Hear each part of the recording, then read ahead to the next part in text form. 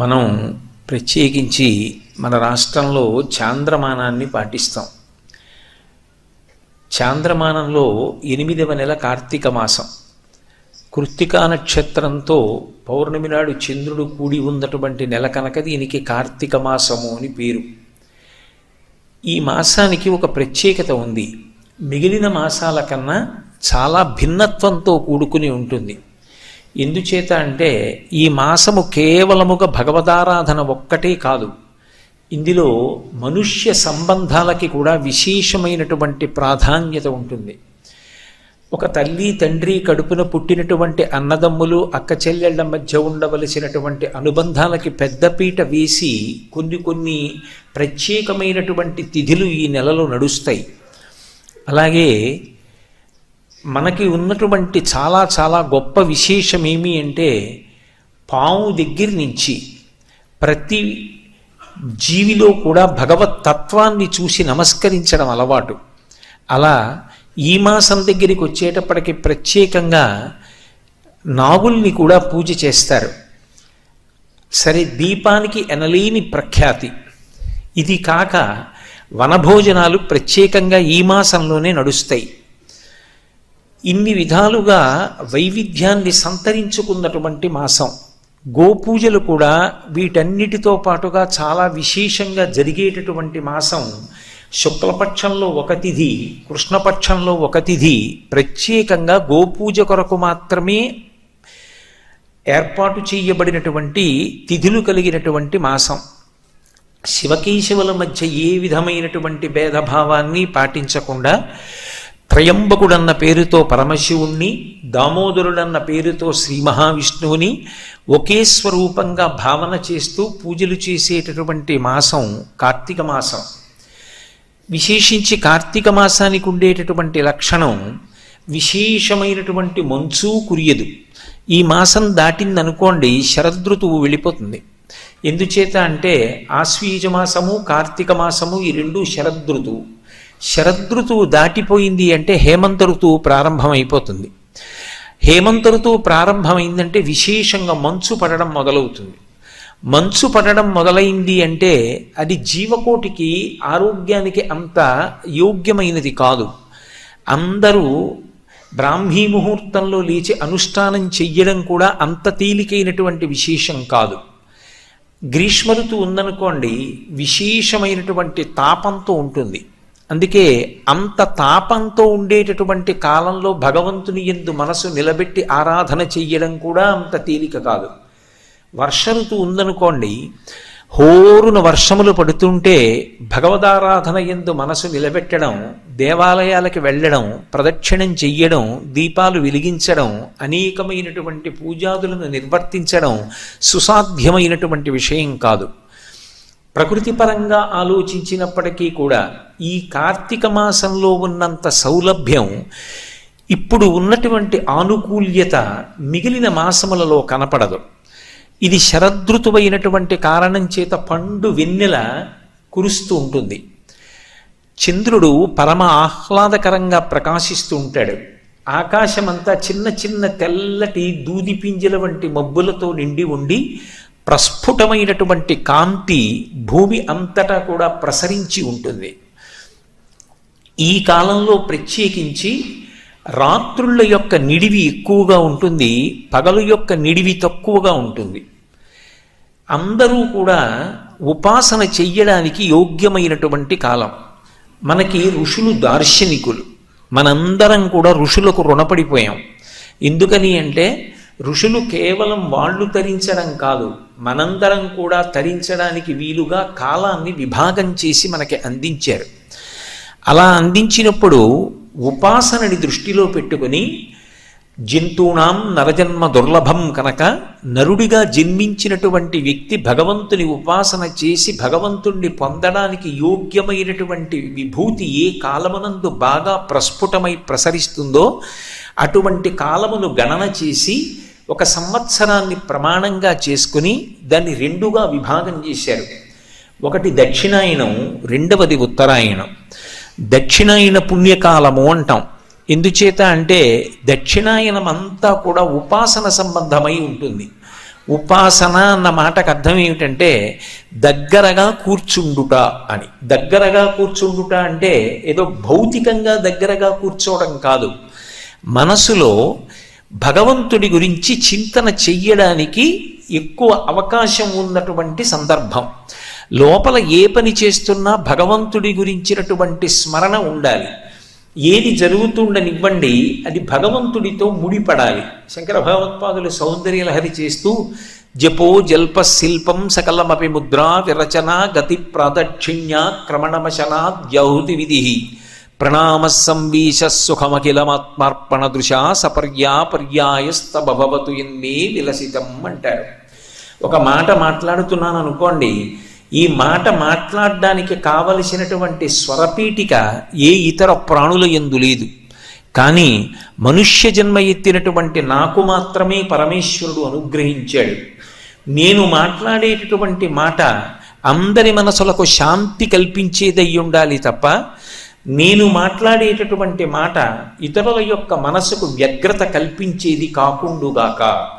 ఈ అనుగ్రహాన్ని నాకు పరదేవత ఇచ్చింది కాబట్టి దీన్ని నేను ఎప్పుడూ సద్వినియోగం చేసుకుంటాను అని మాట మాట్లాడే ముందు కానీ, మాట మాట్లాడిన తర్వాత కానీ మాట యొక్క గొప్పతనాన్ని తెలుసుకుని ఆ మాట మాట్లాడగలిగినటువంటి ప్రాణి 84 లక్షల జీవరాశులలో నరుడొక్కడేనని, అటువంటి నరుడిగా జన్మని పొందడానికి నాకంటూ ఒక ప్రత్యేకమైన పుణ్యం ఉందని తెలియకపోయినా భగవంతుని యొక్క నిర్హేతుక కృపాకటాక్ష వీక్షణము చేత మాత్రమే ఈ నరజన్మ లభించిందని, అటువంటి జన్మలో నాకు పరమేశ్వరుడు స్వరపీఠికి నిచ్చినందుకు కృతజ్ఞుడనై దాన్ని నేను దుర్వినియోగం చేయకుండా సర్వకాలములయందు కూడా దాన్ని సద్వినియోగం చేసుకుంటానని, పరదేవత ఇచ్చినటువంటి ఆ వైభవాన్ని ఆమె అనుగ్రహం కొరకే ఉపయోగించుకుంటానని నిరంతరం భావన చెయ్యడానికి పూజామందిరంతో సందర్భం ఉండదు.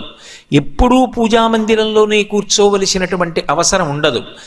ఏ మాట మాట్లాడవలసిన అవసరం వచ్చినా ఆ మాట మాట్లాడడానికి శక్తినిచ్చినటువంటి పరదేవతని స్మరించి కృతజ్ఞతని ఆవిష్కరించడానికి మనసులో సంస్కృతి, ఆ ఆర్ద్రమైనటువంటి భావన ఉంటే చాలు. అదిగో అది ఉపాసన. ఏది చేస్తున్నా మనసులో భగవంతుడు స్మరణలోకి రావడం.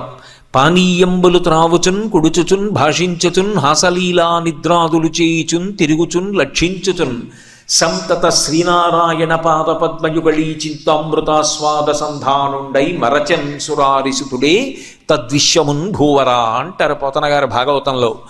ప్రహ్లాదుడు ఏది పైకి చేస్తున్నా లోపల భగవంతుని యొక్క దర్శనాన్ని పొందుతూ పరమ ఆనందాన్ని పొందుతూ ఉండేవాడు. అలా ఉపాసన చెయ్యాలి అంటే మనసు నిలబడాలి. అన్నిటికన్నా ప్రధానం మనసు. అది ఇంద్రియములను యాంత్రీకరణ చేసి ఎక్కడికో వెళ్ళిపోతుంది. ఒక పూజ మొదలు పెట్టాననుకోండి, ఓం నిధనపతయే నమః అన్నప్పుడు ఉంటుంది, ఓం నిధనపతాంతికాయ నమః అనేటప్పటికి ఎక్కడికో వెళ్ళిపోతుంది.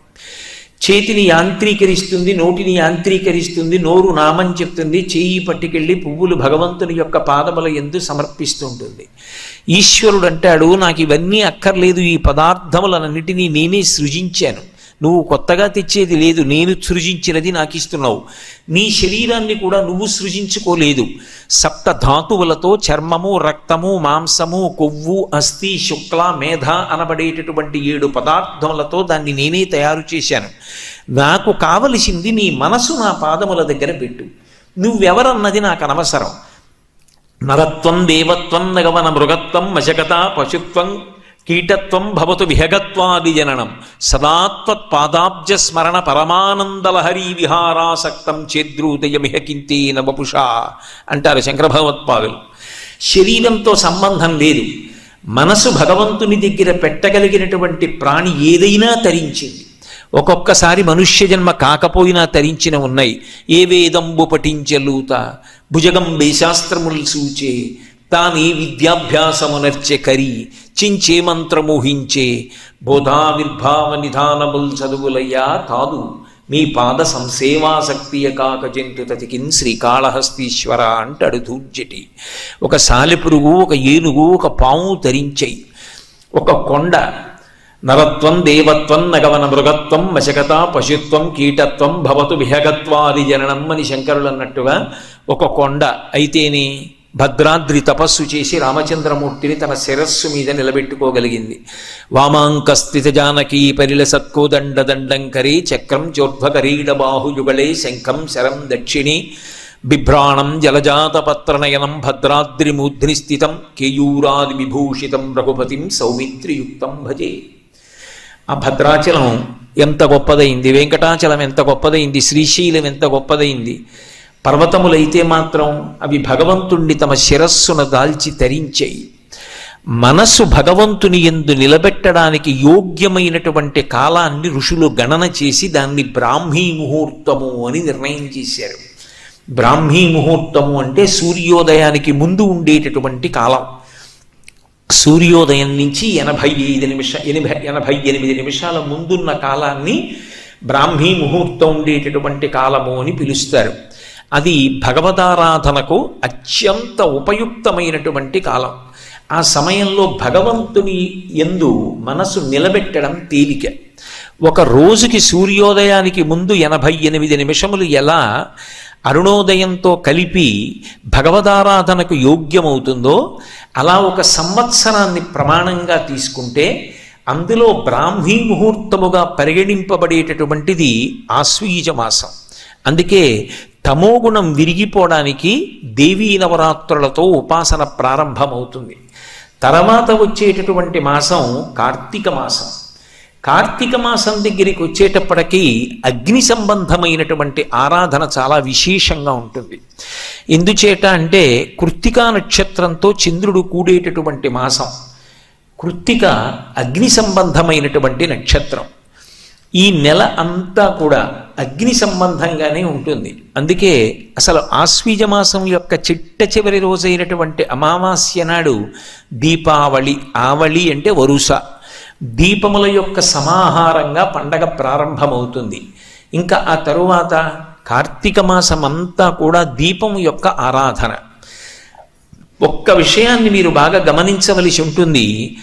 అసలు సనాతన ధర్మం అగ్ని ఆరాధన మీద ఆధారపడింది. మిగిలిన ధర్మములకు సనాతన ధర్మములకు ఒక ప్రత్యేకమైనటువంటి వ్యత్యాసం ఉన్నది. ఇక్కడ ధర్మచక్రం దేనిని ఆధారం చేసుకుని తిరుగుతుంది అంటే అగ్నిని ఆధారం చేసుకుని తిరుగుతుంది. అందుకే లింగపురాణంలో వ్యాస భగవానుడు అగ్నిహోత్రుడు గురించి మాట్లాడుతూ ఒక మాట అంటాడు.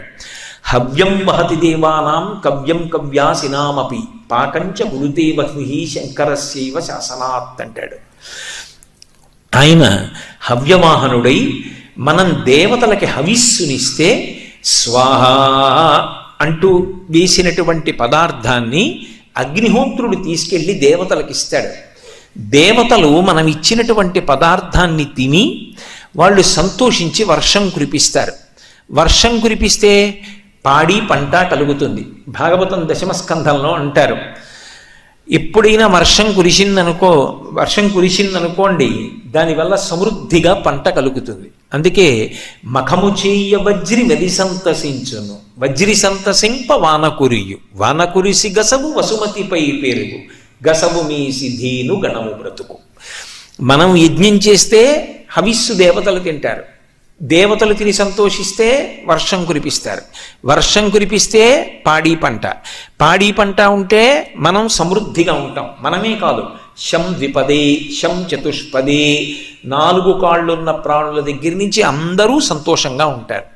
మనం సంతోషంగా ఉంటే మళ్ళీ యజ్ఞం చేస్తాం. మళ్ళీ యజ్ఞం చేస్తే దేవతలకి మళ్ళీ హవిస్సు అందుతుంది.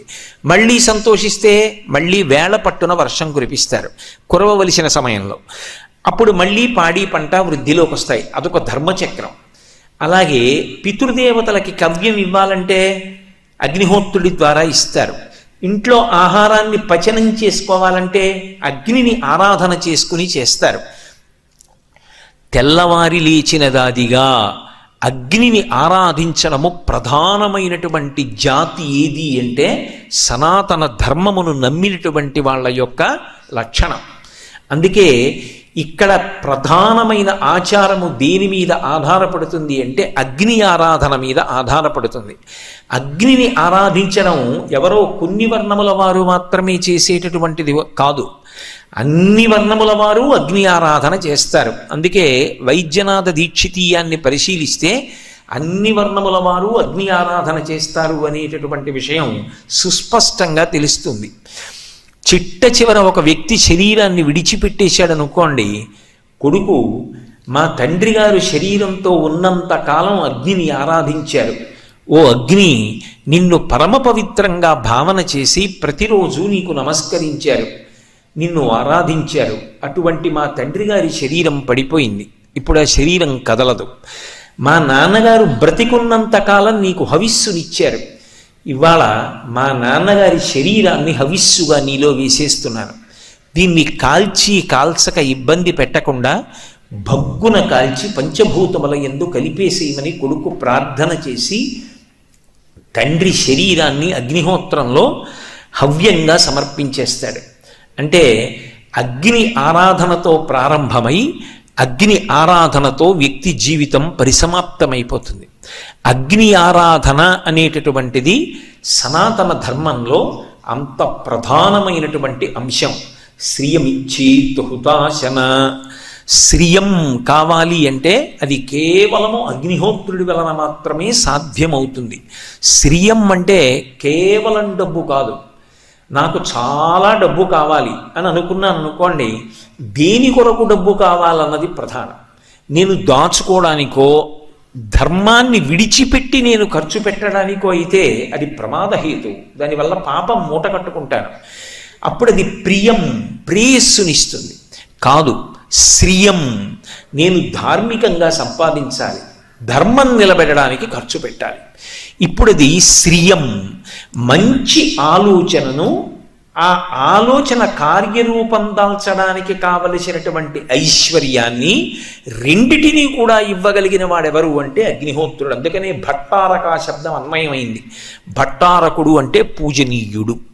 అటువంటి అగ్ని మనకి మంచి ఆలోచనలు ఇస్తాడు, ధర్మం ఇస్తాడు, ధార్మికమైనటువంటి కార్యముల యందు ఉత్సుకతనిస్తాడు, ధార్మికమైన కార్యక్రమములను నిర్వర్తించడానికి కావలసినటువంటి సమస్త విభూతులను మనకి అనుగ్రహిస్తాడు, తత్కారణము చేత పుణ్యాన్ని ఇస్తాడు, ఆ పుణ్యము వలన చిత్తశుద్ధినిస్తాడు, చిత్తశుద్ధి వలన జ్ఞానమిస్తాడు, ఆ జ్ఞానము వలన ఇక పుట్టవలసిన అవసరం లేని పునరావృత్తిరహిత శాశ్వత శివ సాయుధ్య స్థితికి కారణమవుతాడు.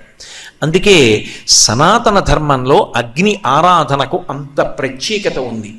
విశేషించి ఈ ఋతువు దగ్గరికి వచ్చేటప్పటికీ ఒక లక్షణం ఉంది. యమధర్మరాజు గారి యొక్క ఒక దంస్ట్ర శరదృతువులో బయటికి వస్తుంది అని దేవీ భాగవతం. ద్వావృతు యమదంస్ట్రాఖ్యేనూనం సర్వజనీషు వైహి అని. వసంత ఋతువులో ఒక కోర బయటికి వస్తుంది, శరదృతువులో ఒక ఋతువు బయటికి వస్తుంది. ఈ రెండు ఋతువుల్లో ఆయన కోర బయటికి వచ్చిన కారణం చేత ప్రకృతి సంబంధమైనటువంటి ఉపద్రవములు సంభవిస్తాయి, అంటురోగాలు సంభవిస్తాయి. దీపపు పురుగులు ఎలా పడిపోతారో ప్రజలు అలా పడిపోతారు, జీవరాశి అలా పడిపోతుంది, ఐశ్వర్యము అలా నశించిపోతుంది. అలా పడిపోకుండా ఉండాలి అంటే ఆశ్వీజ మాసంలో అమ్మవారి ఆరాధనతో మొదలుపెట్టి పరమమంగళప్రదమైనటువంటి రీతిలో కార్తీక మాసం దగ్గరికి వచ్చేటప్పటికి దీపాన్ని ఆరాధించడం, దీపాన్ని వెలిగించడం ప్రధానమవుతుంది. ఎందుచేత దీపం వెలిగించాలి అంటే పైకి భక్తి, దీపము, మంగళప్రదత్వము, పరమసత్యములు, ఆంతరముగా దాని యందు ఒక విశేషం ఉంది. హృదయనాడి అని ఒక నాడి, ఏదో నరములు కనపడినట్టుగా నాడులు కనపడతాయని ఉండదు, అది యోగశాస్త్రం. హృదయనాడి అని, ఆ హృదయ నాడి స్పందన ఎంతకాలం ఉంటుందో అంతకాలమే ఆ జీవి ఉంటాడు. ఆ హృదయ నాడికి ఎవరు అధిపతిగా ఉంటాడు అంటే శనైశ్చరుడు అధిపతిగా ఉంటాడు. శనైశ్చరుడు దేని చేత ప్రీతి చెందుతాడు అంటే నువ్వుల నూనె యొక్క దీపపు పొగ చేత సంతోషిస్తాడు. ఆయనకి నల్ల నువ్వులు కదూ మనం శనైశ్చర గ్రహానికి ప్రీతితో ఆరాధన చేసేటప్పుడు వినియోగించేది. ఆ నల్ల నువ్వుల నూనె కానీ, ఆవు నెయ్యి దీపం కానీ పెట్టినప్పుడు దాని మించి వచ్చేటటువంటి పొగ వాసన చూసినా, దాని కాంతి ప్రసరించిన, దాని చేత శనీశ్చర గ్రహం ప్రీతి పొంది యమదంస్ట్ర బయటికి వచ్చినటువంటి కారణంగా ప్రజలు పడిపోకుండా, ఉపద్రవాలు రాకుండా ఉండడం కోసం ఎవరి ఇంటిలో వారు దీపం ఉంచడమే కాకుండా దానితో పాటుగా శివాలయం కానీ, విష్ణువాలయం కానీ, మఠ ప్రాంగణం కానీ, గోశాలలు కానీ, ఇటువంటి పరమ పవిత్రమైనటువంటి ప్రదేశములు ఎక్కడ ఉంటాయో అక్కడక్కడ కూడా దీపాలు వెలిగిస్తారు. ఈ నెలలో అత్యద్భుతమైనటువంటి విశేషంగా అందరినీ రక్షించుకోవడానికి సాధనంగా వచ్చినటువంటిది దీపాన్ని వెలిగించడం. రెండవది ఉసిరి చెట్టుని పూజ చెయ్యడం. మనకి ఒక విశేషం ఉంది. ప్రకృతి స్వరూపంగా ఏదో ఈ చెట్టు ఈ ఋతువులో ఈ కాయ కాస్తోంది అని విడిచిపెట్టరు. ఏమి ఆ ఋతువులోనే ఆ చెట్టు ఎందుకు కాయ కాయాలి?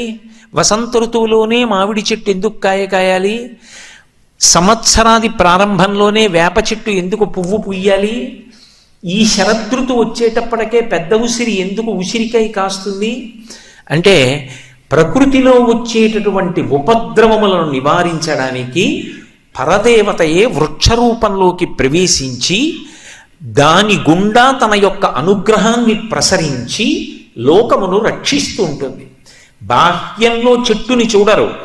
ఆ కాలమునందు చెట్టు యొక్క ఫలస్వరూపంగా లోకాన్ని రక్ష చేసేటటువంటి ఆ శక్తి వెనక భగవత్ తత్వాన్ని చూడడం సనాతన ధర్మానికి ఉన్న గొప్పతనం.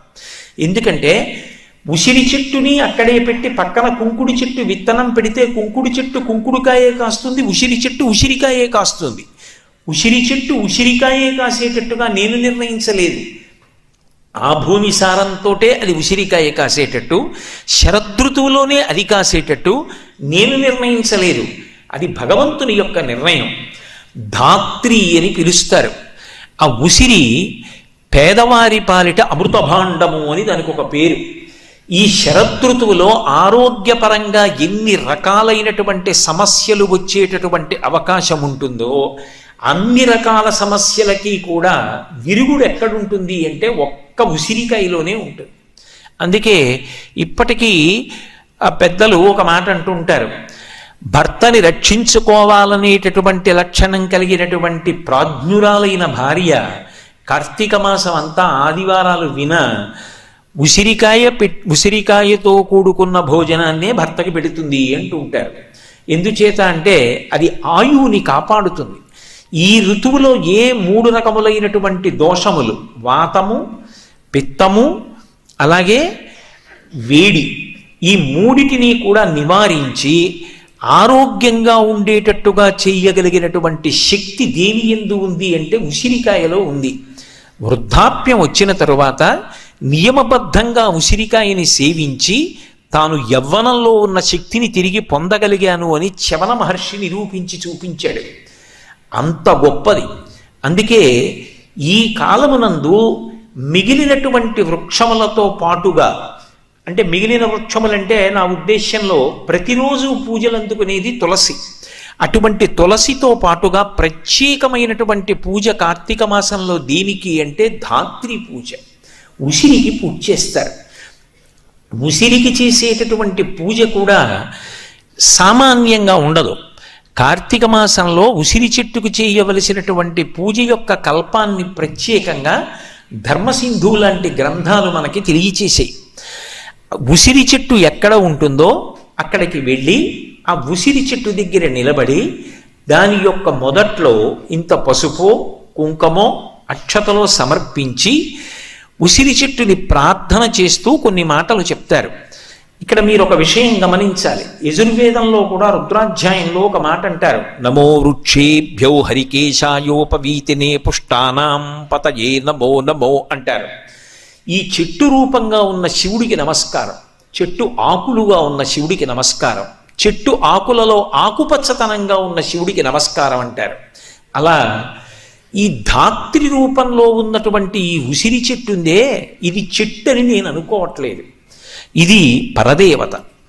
పరదేవత అయి ఈ కాలంలో ఎన్ని ఉపద్రవాలు వస్తాయో అన్ని ఉపద్రవాలకి విరుగుడు కూడా ఈ చెట్టులోంచి వస్తోంది. అంటే అమ్మవారే ఈ చెట్టు రూపంలో నిలబడి అనుగ్రహాన్ని కురిపిస్తోంది.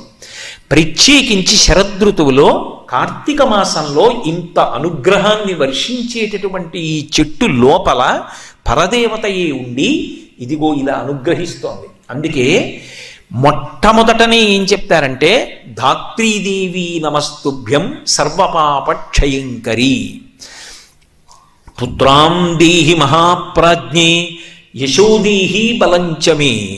ఆ ఉసిరి చెట్టు దగ్గరికి వెళ్ళి నమస్కరించి మనం చెప్పవలసినటువంటి విషయాన్ని ఋషి దార్శనికుడై మన కొరకని మనం ఆ సమయంలో చెప్పలేకపోతామేమోనని ఆయనే మనకి అందించినటువంటి విశేషం. మేధాం ప్రజ్ఞాంచ సౌభాగ్యం విష్ణుభక్తించ శాశ్వతీం నీరోగం కురుమాం నిత్యం నిష్పాపం కురు సర్వదా. ఇది ఉసిరి చెట్టు దగ్గర కార్తీక మాసంలో తప్పకుండా చెప్పండి. ఒకవేళ ఎవరి ఇంటిలోనైనా ఉసిరి చెట్టు ఉందనుకోండి, వాళ్ళంత భాగ్యవంతులు ఎవరు ఉండరు. ఎందుకో తెలుసా? వాళ్ళు ఎక్కడికి వెళ్ళవలసిన అవసరం లేకుండా ఇంట్లో పూజా మందిరంలో ప్రతిరోజు గృహదేవతల్ని ఆరాధించిన తర్వాత కార్తీక మాసంలో చక్కగా ఉసిరి చెట్టు దగ్గరికి వచ్చి ఈ శ్లోకాలు చెప్పవచ్చు. అందులో ఒక మాట అంటారు, అమ్మా ధాత్రీదేవి నమస్తుభ్యం. దేవి అంటే దివు ప్రకాశించున్నది, నాకు కనపడకుండా లోపల పరదేవతానుగ్రహం ఉంది. అది ఈ మాంసచిక్షునకు గోచరం కాకపోవచ్చు. అమ్మలో అమ్మతనం ఉన్నట్టు, నాన్నగారిలో నాన్నతనం ఉన్నట్టు, గురువు గారిలో అభ్యున్నతి శక్తి ఉన్నట్టు, భగవంతుని యందు అనుగ్రహ శక్తి ఉన్నట్టు ఈ ధాత్రీ వృక్షమునందు పరదేవతానుగ్రహము నిబిడీకృతమై ఉన్నది.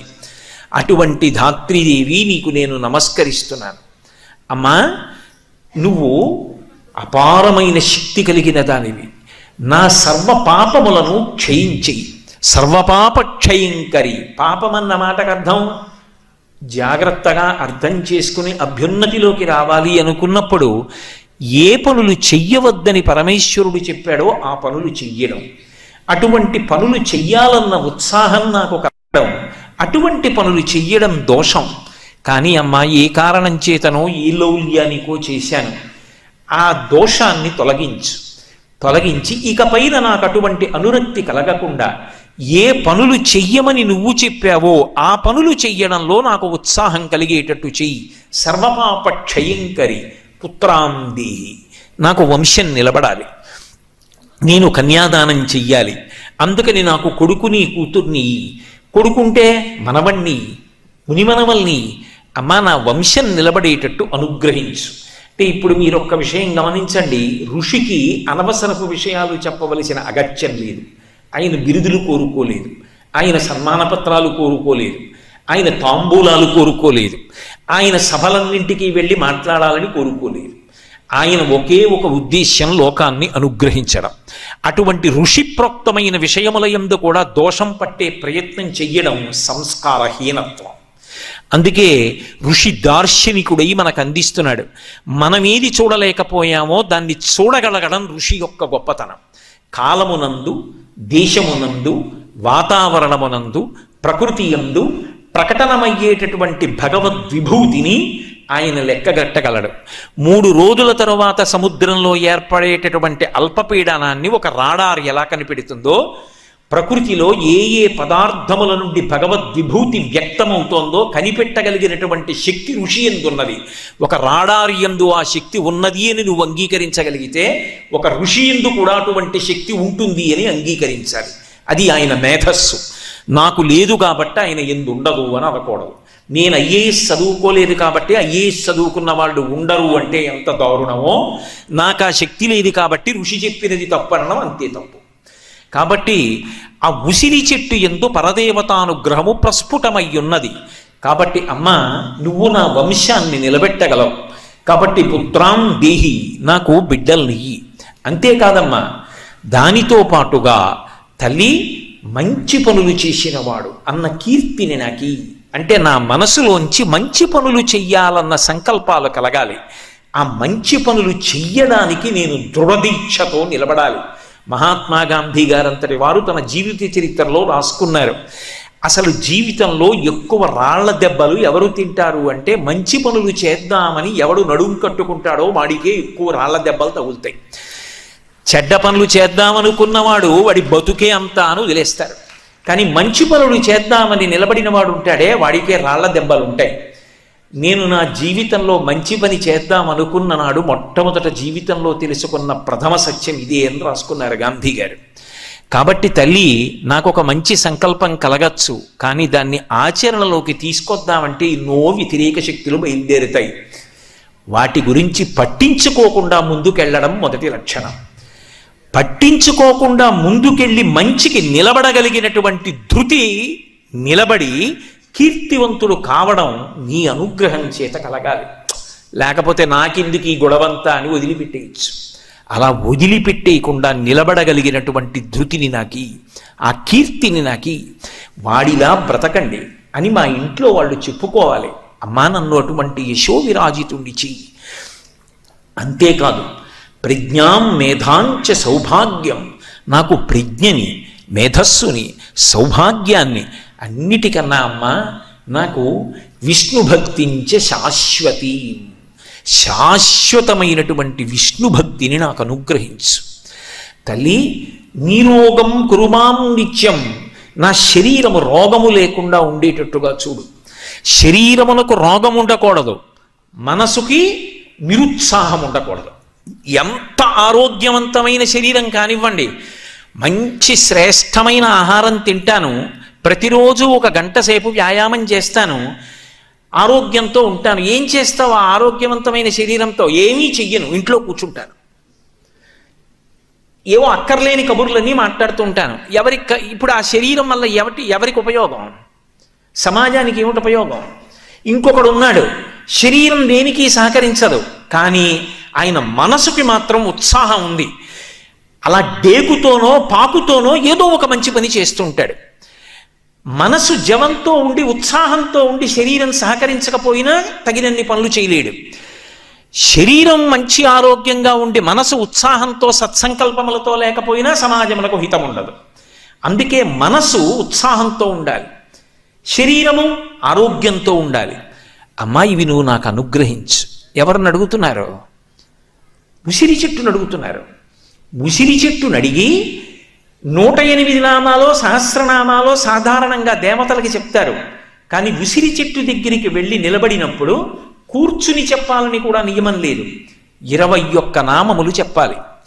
ధాత్రీ నమః, కాంత్యై నమః, శాంత్యై నమః, మేధాయై నమః, కళ్యాణ్యై నమః, విష్ణుపత్న్యై నమః, మహాలక్ష్మ్యై నమః, ప్రకృత్యై నమః, కమలాయై నమః, రమాయై నమః, అబ్ధిసంభవాయై నమః, పద్మసంభవాయై నమః, సావిత్ర్యై నమః, గాయత్ర్యై నమః, విశ్వరూపాయై నమః, సుధృత్యై నమః.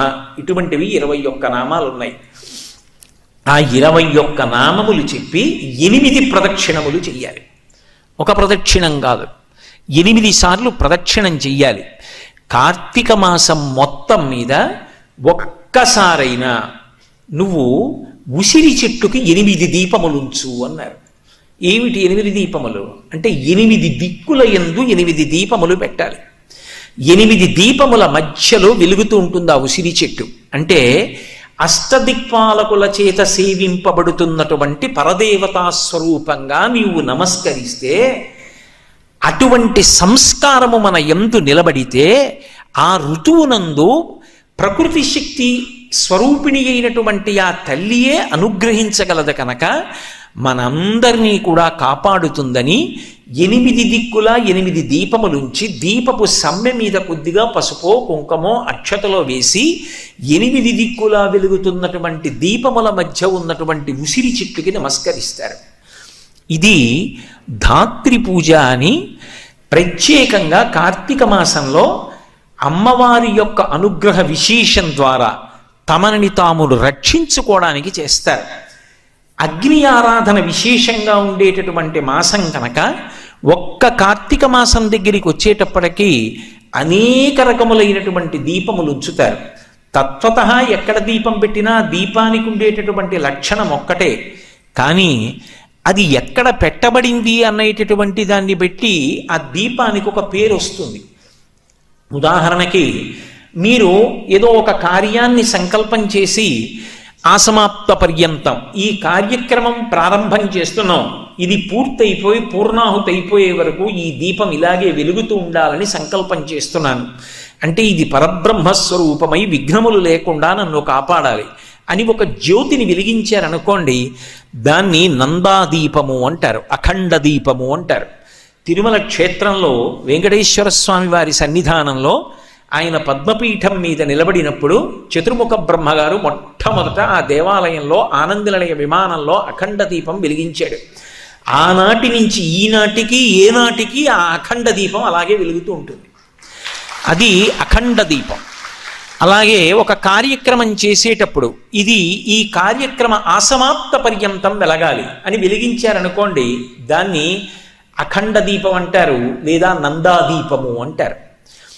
అలాగే తులసి కోట దగ్గరికి తీసుకెళ్ళి ఇంట్లో పెరట్లో బోల్డ్ అన్ని తులసి చెట్లు ఉన్నాయి, లేకపోతే ఒక తులసి కోట ఉంది, అక్కడ ఒక దీపం ఉంచారనుకోండి, దాన్ని బృందావన దీపము అంటారు. పూజా మందిరంలో వెలిగించారనుకోండి అర్చనా దీపము అంటారు.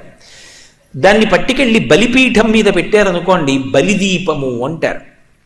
మీరు ఎక్కడ దీపాన్ని వెలిగించారు అన్న దాన్ని బట్టి ఆ దీపము యొక్క పేరు మారుతూ ఉంటుంది. తత్వతః మాత్రం దీపము దీపమే. కానీ ఇందులో మీరు ఒక్క విషయాన్ని గమనించాలి. భారతదేశంలో ఇవాళ కాదు, ఈ దీపానికి ఎనలేని ప్రఖ్యాతి. నేను ఇందాక మీతో వెంకటాచల క్షేత్ర ప్రసక్తి తీసుకొచ్చాను కదా, అలాగే బదరీ లాంటి క్షేత్రాలలో కొన్ని నెలల పాటు దేవాలయాన్ని మూసేస్తారు, చలికి ఎవ్వరూ వెళ్ళలేక. పెద్ద పాలికలో దీపం వేసి వదిలిపెట్టి తలుపులు మూసేస్తారు. కొన్ని నెలల తర్వాత మళ్ళీ వెళ్ళి తలుపు తీసేటప్పటికీ అంత చలికి అన్నీ గడ్డకట్టేస్తాయేమో కానీ ఆ దీపం మాత్రం అలాగే వెలుగుతూనే ఉంటుంది. అంటే ఈ దేశంలో భగవంతుని యొక్క ఆస్తిక్యానికి ఆయన ఉన్నాడనేటటువంటి పరమ సత్యాన్ని నిరూపణం చేస్తూ నిలబడినది ఏది అంటే ఆ జ్యోతిస్వరూపం. అందుకే పరబ్రహ్మాన్ని జ్యోతిగా కీర్తిస్తారు, గురువుని జ్యోతిగా కీర్తిస్తారు. మా ఇంట దీపం వెలిగించాడండి అంటారు. మహోపకారం చేసిన వాడు ఉన్నాడనుకోండి, అది ఒక రోజుకో ఒక పూటకో చేసినది కాదు, ఒక జీవితానికి సరిపడ ఉపకారం, లేదా ఇక మళ్ళీ పుట్టవలసిన అవసరం లేని మహోపకారం, గురువు చేసే ఉపకారం. ఇంట దీపం వెలిగించాడు అంటారు. దేవాలయంలో దీపపు యొక్క కాంతిలో పరమేశ్వర దర్శనం చేస్తారు. ఆ దీపాన్ని గురువుగా భావిస్తారు. గురువు గారి వాక్కుల వలన భక్తి కలిగి నేను భగవద్ దర్శనానికి వచ్చాను, అదిగో ఆ దీపమే మా గురువు గారు అని దీపంలో గురువు గారిని దర్శనం చేస్తారు. దీపము అంత గొప్పది. అందున ఒక్క కార్తీక మాసం దగ్గరికి వచ్చేటప్పటికీ ఒక ప్రత్యేకమైనటువంటి దీపాన్ని వెలిగిస్తారు. దాన్ని ఆకాశ దీపము అంటారు. ఇది మిగిలినటువంటి నెలలలో వెలిగిస్తారు అని లేదు, కానీ ఒక్క కార్తీక మాసంలో వెలిగిస్తారు. ఈ దీపాన్ని వెలిగించడం అనేటటువంటిది సాధారణంగా మనం దేవాలయాల్లో చూస్తూ ఉంటాం.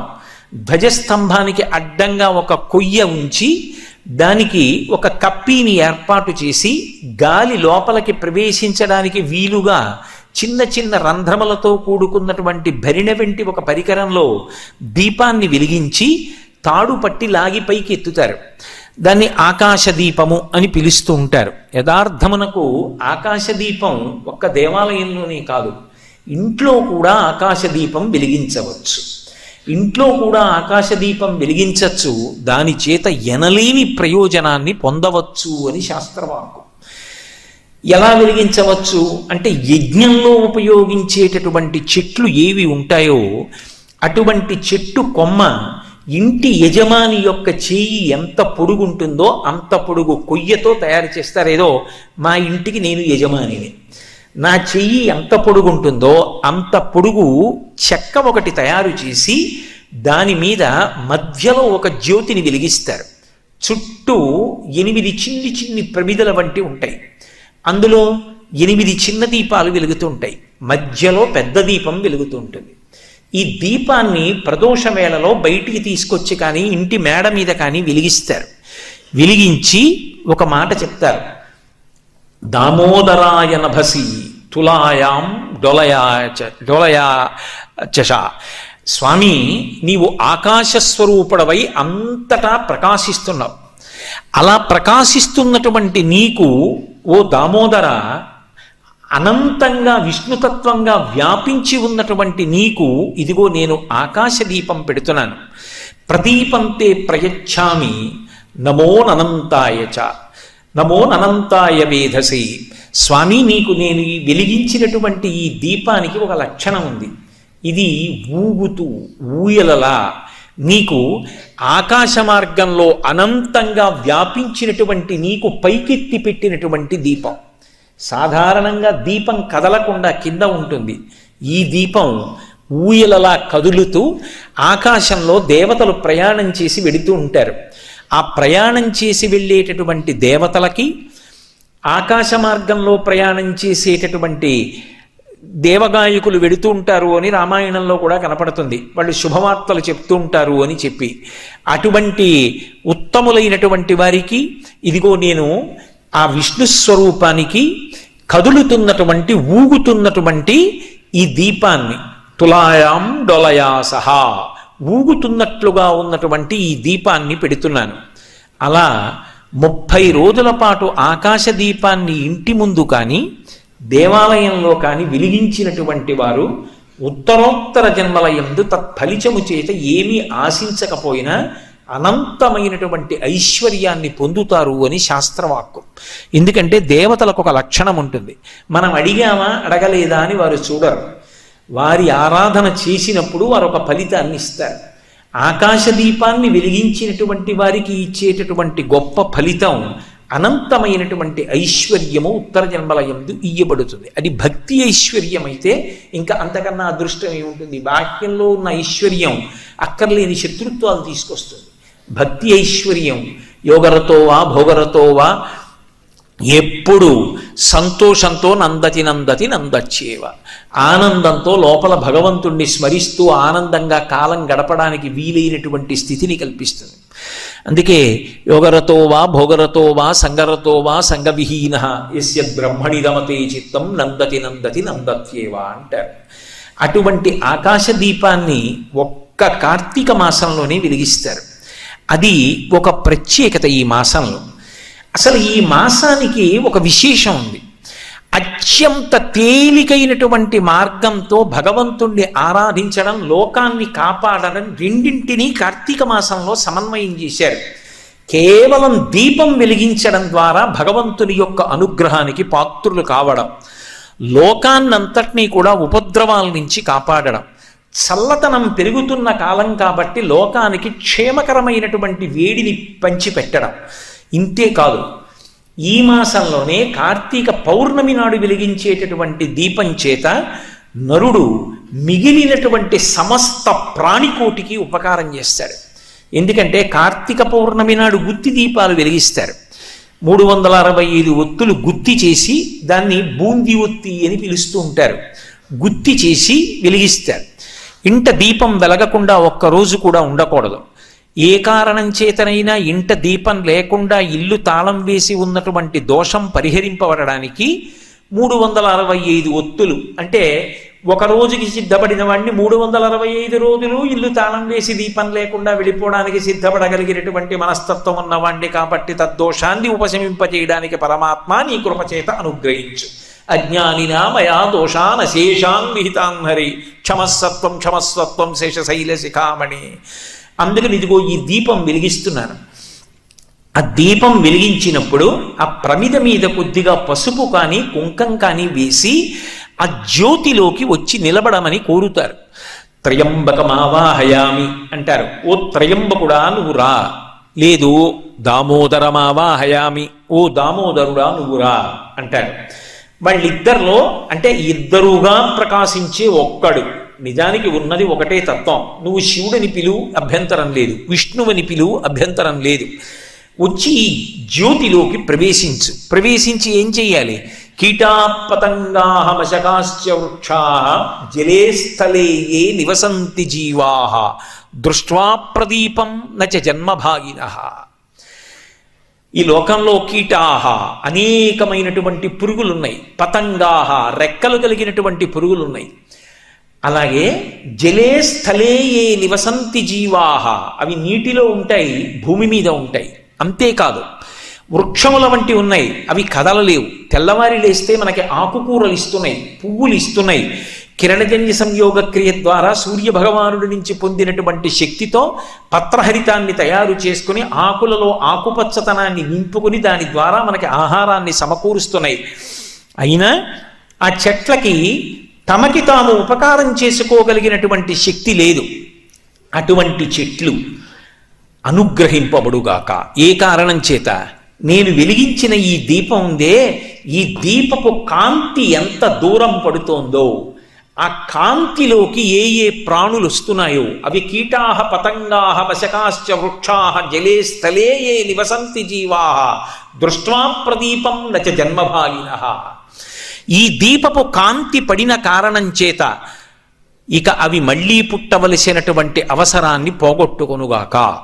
లేదా కొన్ని కోట్ల జన్మలు హీనోపాధులలో ఉండవలసినటువంటి ఉత్తమమైనటువంటి నరజన్మని పొంది భక్తితో తరించుగాక అని మిగిలిన ప్రాణులన్నిటినీ కూడా అభ్యుదయ పథంలోకి పంపడానికి యోగ్యమైనటువంటి పౌర్ణమి తిథి దీపం వెలిగించి ఈ మాట చెప్పగలిగినటువంటి అదృష్టం మనుష్యునకు ఇయ్యబడినటువంటి మాసం కార్తీక మాసం.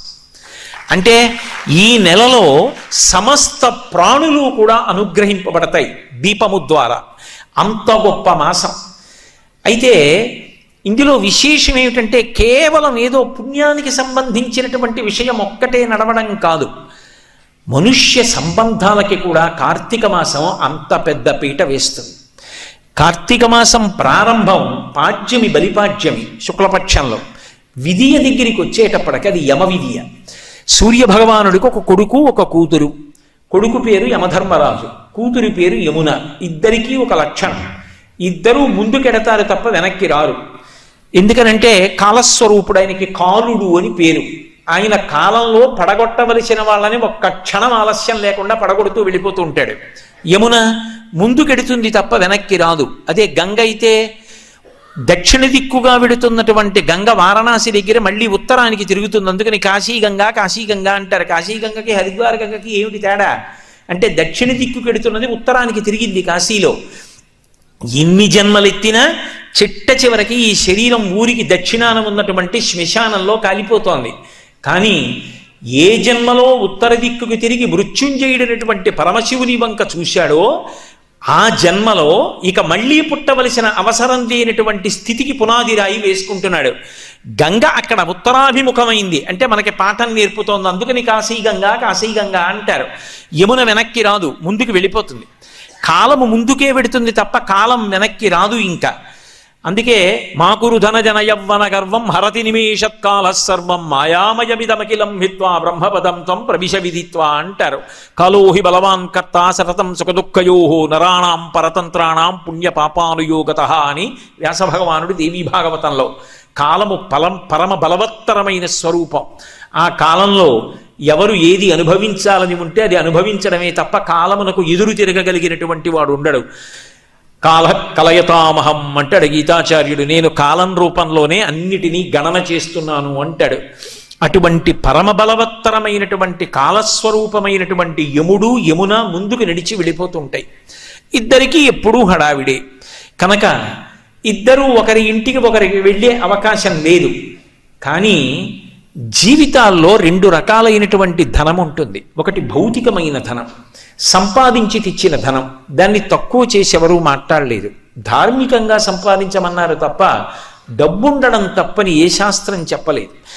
సంపాదించకపోవడం తప్పని చెప్పారు. మాతా నిందతి నాభినందతి పితా భ్రాతాన సంభాషతే భృత్యకుప్యతి ననుగచ్చతి సుత కాంతాపి నాలింగతే అర్ధప్రార్థన శంకయా నకురుతే సల్లాప మాత్రం సుహృత్ తస్మాత్ నైతికమర్థమర్జన శృణు సఖే విత్తేన సర్వే వశాహ. నీతి తప్పకుండా డబ్బు సంపాదించమనే చెప్పారు తప్ప డబ్బు అసలు సంపాదించకు, డబ్బుని నింద చెయ్యి అని ఎక్కడా చెప్పలేదు. కానీ నీకు ధార్మికంగా ఎంత వచ్చిందో దానితో తృప్తిగా బ్రతుకు, అంతేకాని దానికోసం వెంపర్లాడిపోయి జీవితాన్ని పాడు చేసుకోవద్దని చెప్పారు. కాబట్టి ధనం అనేటటువంటిది అత్యంత ప్రధానమైనటువంటి విశేషమే. కానీ ఆ ధనంతో పాటుగా మిగిలిన ప్రాణులకు తక్కువ ఉండేటటువంటి ధనం మనుష్యుడిగా పుట్టిన వాడికి మాత్రమే విశేషంగా ఉండే ధనం రెండవది ఉంది. అది మానసికమైన ధనం. ఒక కుక్క ఉందనుకోండి, దాని కడుపున పుట్టిన పిల్లకి పాలిచ్చి పెద్ద చేస్తుంది. అది తనంత తాను ఆహార సముపార్జనం మొదలుపెట్టింది అనుకోండి, ఆ కుక్కని వదిలిపెట్టేస్తుంది తప్ప ఇక తన కడుపున పుట్టిన బిడ్డ ఏమైంది అన్న విషయం గురించి కుక్కకి స్ఫురణలో ఉండదు. కానీ మనుష్యుడు అలా కాదు. తల్లి, తండ్రి, తోడపుట్టిన వాళ్ళు, తల్లిని తండ్రిని కన్నటువంటి తాతగారు, ముత్తాతగారు, తన చుట్టుపక్కల వాళ్ళు, తన దేశం, తానున్న ప్రపంచం, తన వీధి, తన ఇల్లు, తన పరిసరాలు, మా ఊరు, మా ఊళ్ళో చంద్రుడు. చంద్రుడు ఎక్కడైనా ఒకటే, కానీ మా ఊళ్ళో చంద్రుడు అంటాడు ఒక ఆయన. తన ఊరిలో ప్రవహిస్తున్న నది, తన ఊరిలోని చెరువు, వీటన్నిటినీ కూడా పరమ సంతోషంతో అనుబంధంతో అనుభవించగలిగిన వాడు మనిషి ఒక్కడే.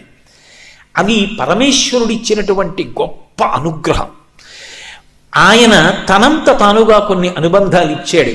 మొట్టమొదటిది తల్లిదండ్రులతో అనుబంధం, ఆ తరువాత రక్త సంబంధం, తోడపుట్టిన వాళ్లతో ఏర్పడుతుంది. అది ఇక ఆ తర్వాత జీవితంలో పెంచుకుందామంటే వచ్చేవి కావవి. దేశే దేశే కళత్రాణి దేశే దేశీ చ బాంధవాః తంతు దేశం నపశ్యామి అత్ర భ్రాత సహోదర అంటాడు రాముడు. ఏ దేశం వెళ్ళినా భార్య దొరికి వివాహం చేసుకోవచ్చు, ఏ దేశం వెళ్ళినా స్నేహితులు దొరుకుతారు. ఎక్కడో ఏమండి మీరు మేము బంధువులు అని ఎవరైనా దొరకచ్చు, కానీ నా తోడపుట్టినవాడు, నా తోడపుట్టినది అన్నది మాత్రం ఈ జన్మకి ఓ ముగ్గురో నలుగురో నాతో కలిసి పుట్టిన వాళ్ళు ఏకోదరులు ఎవరో, ఏ తల్లి కడుపులో మేము నలుగురం కలిసి పడుకుని బయటికి వచ్చామో వాళ్ళమే. అది అపురూపమైన సంబంధం, అది రక్త సంబంధం. ఆ చెల్లికి అన్నయ్య అని పిలవడంలో ఎంత ప్రేమో. అసలు అన్నయ్య అన్నయ్య అన్నయ్య అన్నయ్య అని ఒకటికి 4 మాటలు అంటుంటే, ఇంటికి వచ్చినప్పుడు ఎవరు వచ్చారండి అని ఎవరో పక్క వాళ్ళు వస్తే మా అన్నయ్య అని చెప్పదు, ఇలా చెయ్యి పట్టుకుని మా అన్నయ్య అంటుంది.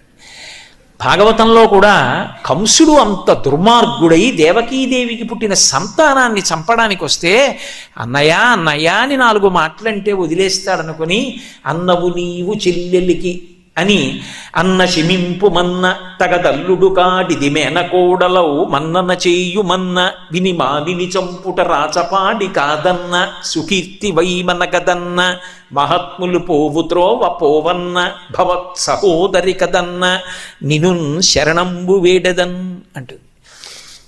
ఏమీ లేకపోనివ్వండి, ఆ అనుబంధాలు అలా ఉంటాయి. ఇవాళ ఎవరో కడుపులో చేయి పెట్టి కిలికినట్టు అనిపించింది. దినపత్రికలో ఒక ఫోటో చూస్తే ఎవ్వరూ లేరిద్దరు అన్నదమ్ములు, కడుపేదవాళ్ళు. అన్నగారు చనిపోయాడు, తీసుకెళ్ళడానికి కూడా ఎవ్వరు లేరు. బిగిసిపోయిన శరీరాన్ని తమ్ముడు సైకిల్ మీద పెట్టుకుని తీసుకెళ్ళి శ్మశానంలో అంత్యేష్టి చేశాడు. అది వాళ్ళిద్దరి మధ్య ఉన్న అనుబంధం. కలిసి పుట్టారు కనుక ఆ అనుబంధాలు మళ్ళీ రమ్మంటే వచ్చేవి కావు. మనంత మనం ప్రయత్నపూర్వకంగా అది ఒక గొప్ప మానసిక ధనం. పడని విషయాలు ఎన్నో ఉండొచ్చు, పడే విషయాలు 1, 2 ఉంటాయిగా. నీకు ఇష్టమైన దోసకాయ పప్పు చెల్లెలు వండితే చాలుగా, మీ బాల్యం తలుచుకొని మీరు నవ్వుకుంటూ ఒక్కరోజు గడపచ్చుగా. అక్క చెల్లెల దగ్గరికి వెళ్ళాలిగా, అన్నదమ్ముడు వచ్చాడని ఆవిడ మురిసిపోవాలిగా. నీకున్నంతలో ఒక 100 రూపాయల చీర చెల్లెలికి పెట్టి వస్తే ఆ కట్టుగా అన్నయ్య బాగుందా అంటే మురిసిపోవాలిగా నువ్వు. ఆ అనుబంధం మిగిలిన ప్రాణులకు లేదుగా, పరమేశ్వరుడు నాకేగా ఇచ్చాడు. దాన్ని వదులుకోవడం ఎంత అన్యాయం. ఒక తాతగా ఉన్నటువంటి వ్యక్తి జీవితంలో పరమేశ్వరుడిచ్చినటువంటి గొప్ప వరం మనవలతో ఆడుకోవడం. మనవలకి ప్రత్యేకించి 2వ సంవత్సరం నుంచి 6వ సంవత్సరం వచ్చే లోపల వాళ్ళు మాట్లాడే ముద్దు ముద్దు మాటలు, వాళ్ళని దగ్గర కూర్చోపెట్టుకొని తాతగారు చెప్పేటటువంటి కథలు, అవి విని మనవడు పొందేటటువంటి స్ఫూర్తికి తాతగారు దూరం అయిపోతే, తాతగారు అది కోల్పోతే, మీరు ఏ కారణమైనా చెప్పండి, మనవడు తాతగారి దగ్గర లేకపోతే ఈశ్వరుడి తప్ప నా తప్ప? ఆయన మనవణ్ణి ఇచ్చాడు, కారణం ఏదైనా కావచ్చు. కానీ ఆ మనవడిని నా దగ్గర పెట్టుకోలేకపోవడం, ఆ మనవడితో మాట్లాడలేకపోవడం పెద్ద దురదృష్టం కదూ. అది మనిషి తప్పిదం. నీకు భగవంతుడిచ్చిన ఐశ్వర్యాన్ని నువ్వు గుర్తుపట్టలేకపోతున్నావు. పూర్వం ఏ పల్లెటూరు వెళ్ళినా పేరు పెట్టి పిలుచుకునేవారు కాదు. బావా ఇలా రా అనేవారు. అందుకే నేరాల సంఖ్య కూడా తక్కువగా ఉండేది. ఆ అనుబంధాల వల్ల అంత ప్రేమ ఉండేది. ఆ అనుబంధాలు మటుమాయం కాకూడదు. ఋషులు దార్శనికులు, దేవతలు దార్శనికులు. ఏమో రాబోయే కాలం ఎలా ఉంటుందో.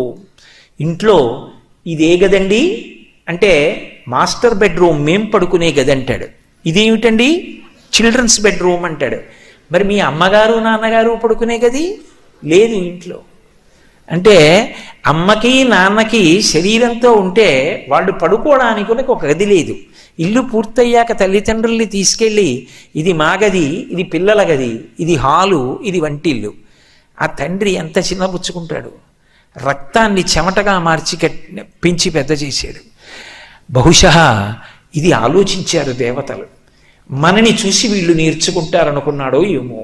అన్నయ్య నీకు ఎంత పనున్నా ఒక్కరోజు భటుల్ని పంపించు, నువ్వు మాత్రం భోజనానికి నా ఇంటికి రా, ప్రేమతో నేను వండి పెడతానంది యమున.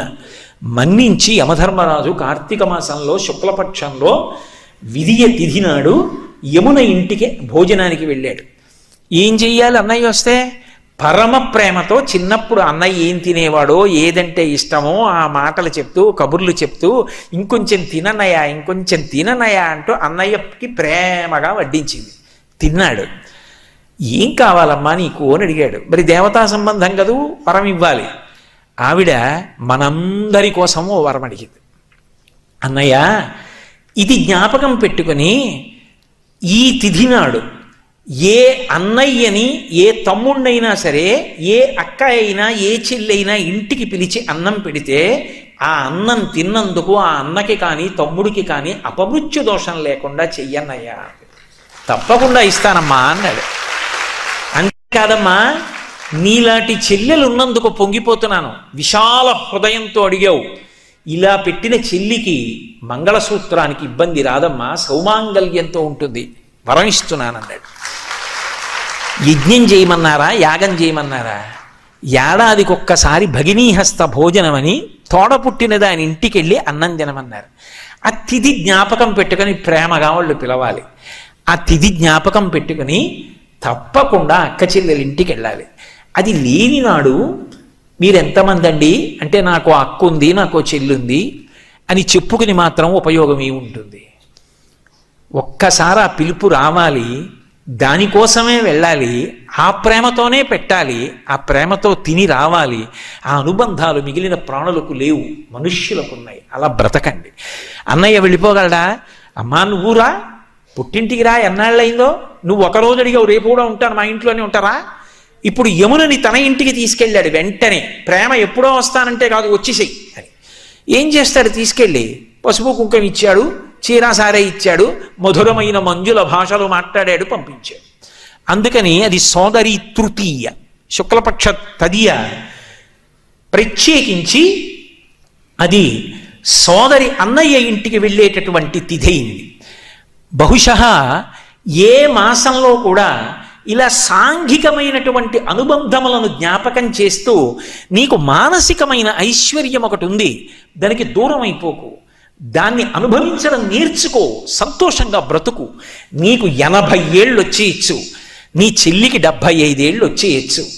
కానీ ఆ చెల్లెల్ని దగ్గర కూర్చోబెట్టుకుని, అన్నగారు మా చెల్లెలు చాలా బాగా పాడుతుందండి తత్వాలు, ఏది పాడు అంటే జుట్టు ముగ్గుబుట్ట అయిపోయినటువంటి చెల్లెలు పాట పాడుతుంటే ఆ అన్నయ్య ఆ చెల్లెలు ఆ ప్రేమ చూస్తుంటే అబ్బా ఏమన్నా చెల్లెళ్ళండి అనిపిస్తుంది. ఒక కడుపున పుట్టింది కొట్టుకోవడానికే, మాటలు లేవని చెప్పుకోవడానికే, ఆ పాటి ప్రేమ చూపించలేకపోవడానికే. ఎంత జారిపోయిన జీవితాలు అయిపోతాయి అవి. అది జ్ఞాపకం చేయగలిగినటువంటి తిథులతో కూడుకున్నటువంటి మాసం కార్తీక మాసం. అందుకే కార్తీక మాసం కేవలం భగవదారాధన మాత్రమే కాదు, ఒక మనిషి మనిషిగా ఇంట గెలిచి రచ్చ గెలవాలి.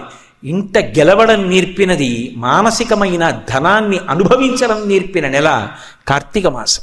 అంతేకాదు పక్కనే చూడండి 4వ తిథి వస్తుంది చవితి. చవితి వచ్చేటప్పటికి పావుతో అనుబంధం. పావు అనేటప్పటికీ కేవలం విషక్రిమి అని మీరు అనుకోకండి. సనాతన ధర్మంలో పావుతో 3 రకాలైన అనుబంధాలు ఉంటాయి. ఒకటి, మనకి ఆహారం ఎక్కడ దొరుకుతుందో, మన శరీరము పోషింపబడడానికి కావలసిన పదార్థం ఎక్కడ నుంచి వస్తుందో అక్కడే పాము కూడా నివాసం చేస్తుంది. మనకి కావలసిన ఆహారం భూమిలోంచి వస్తుంది.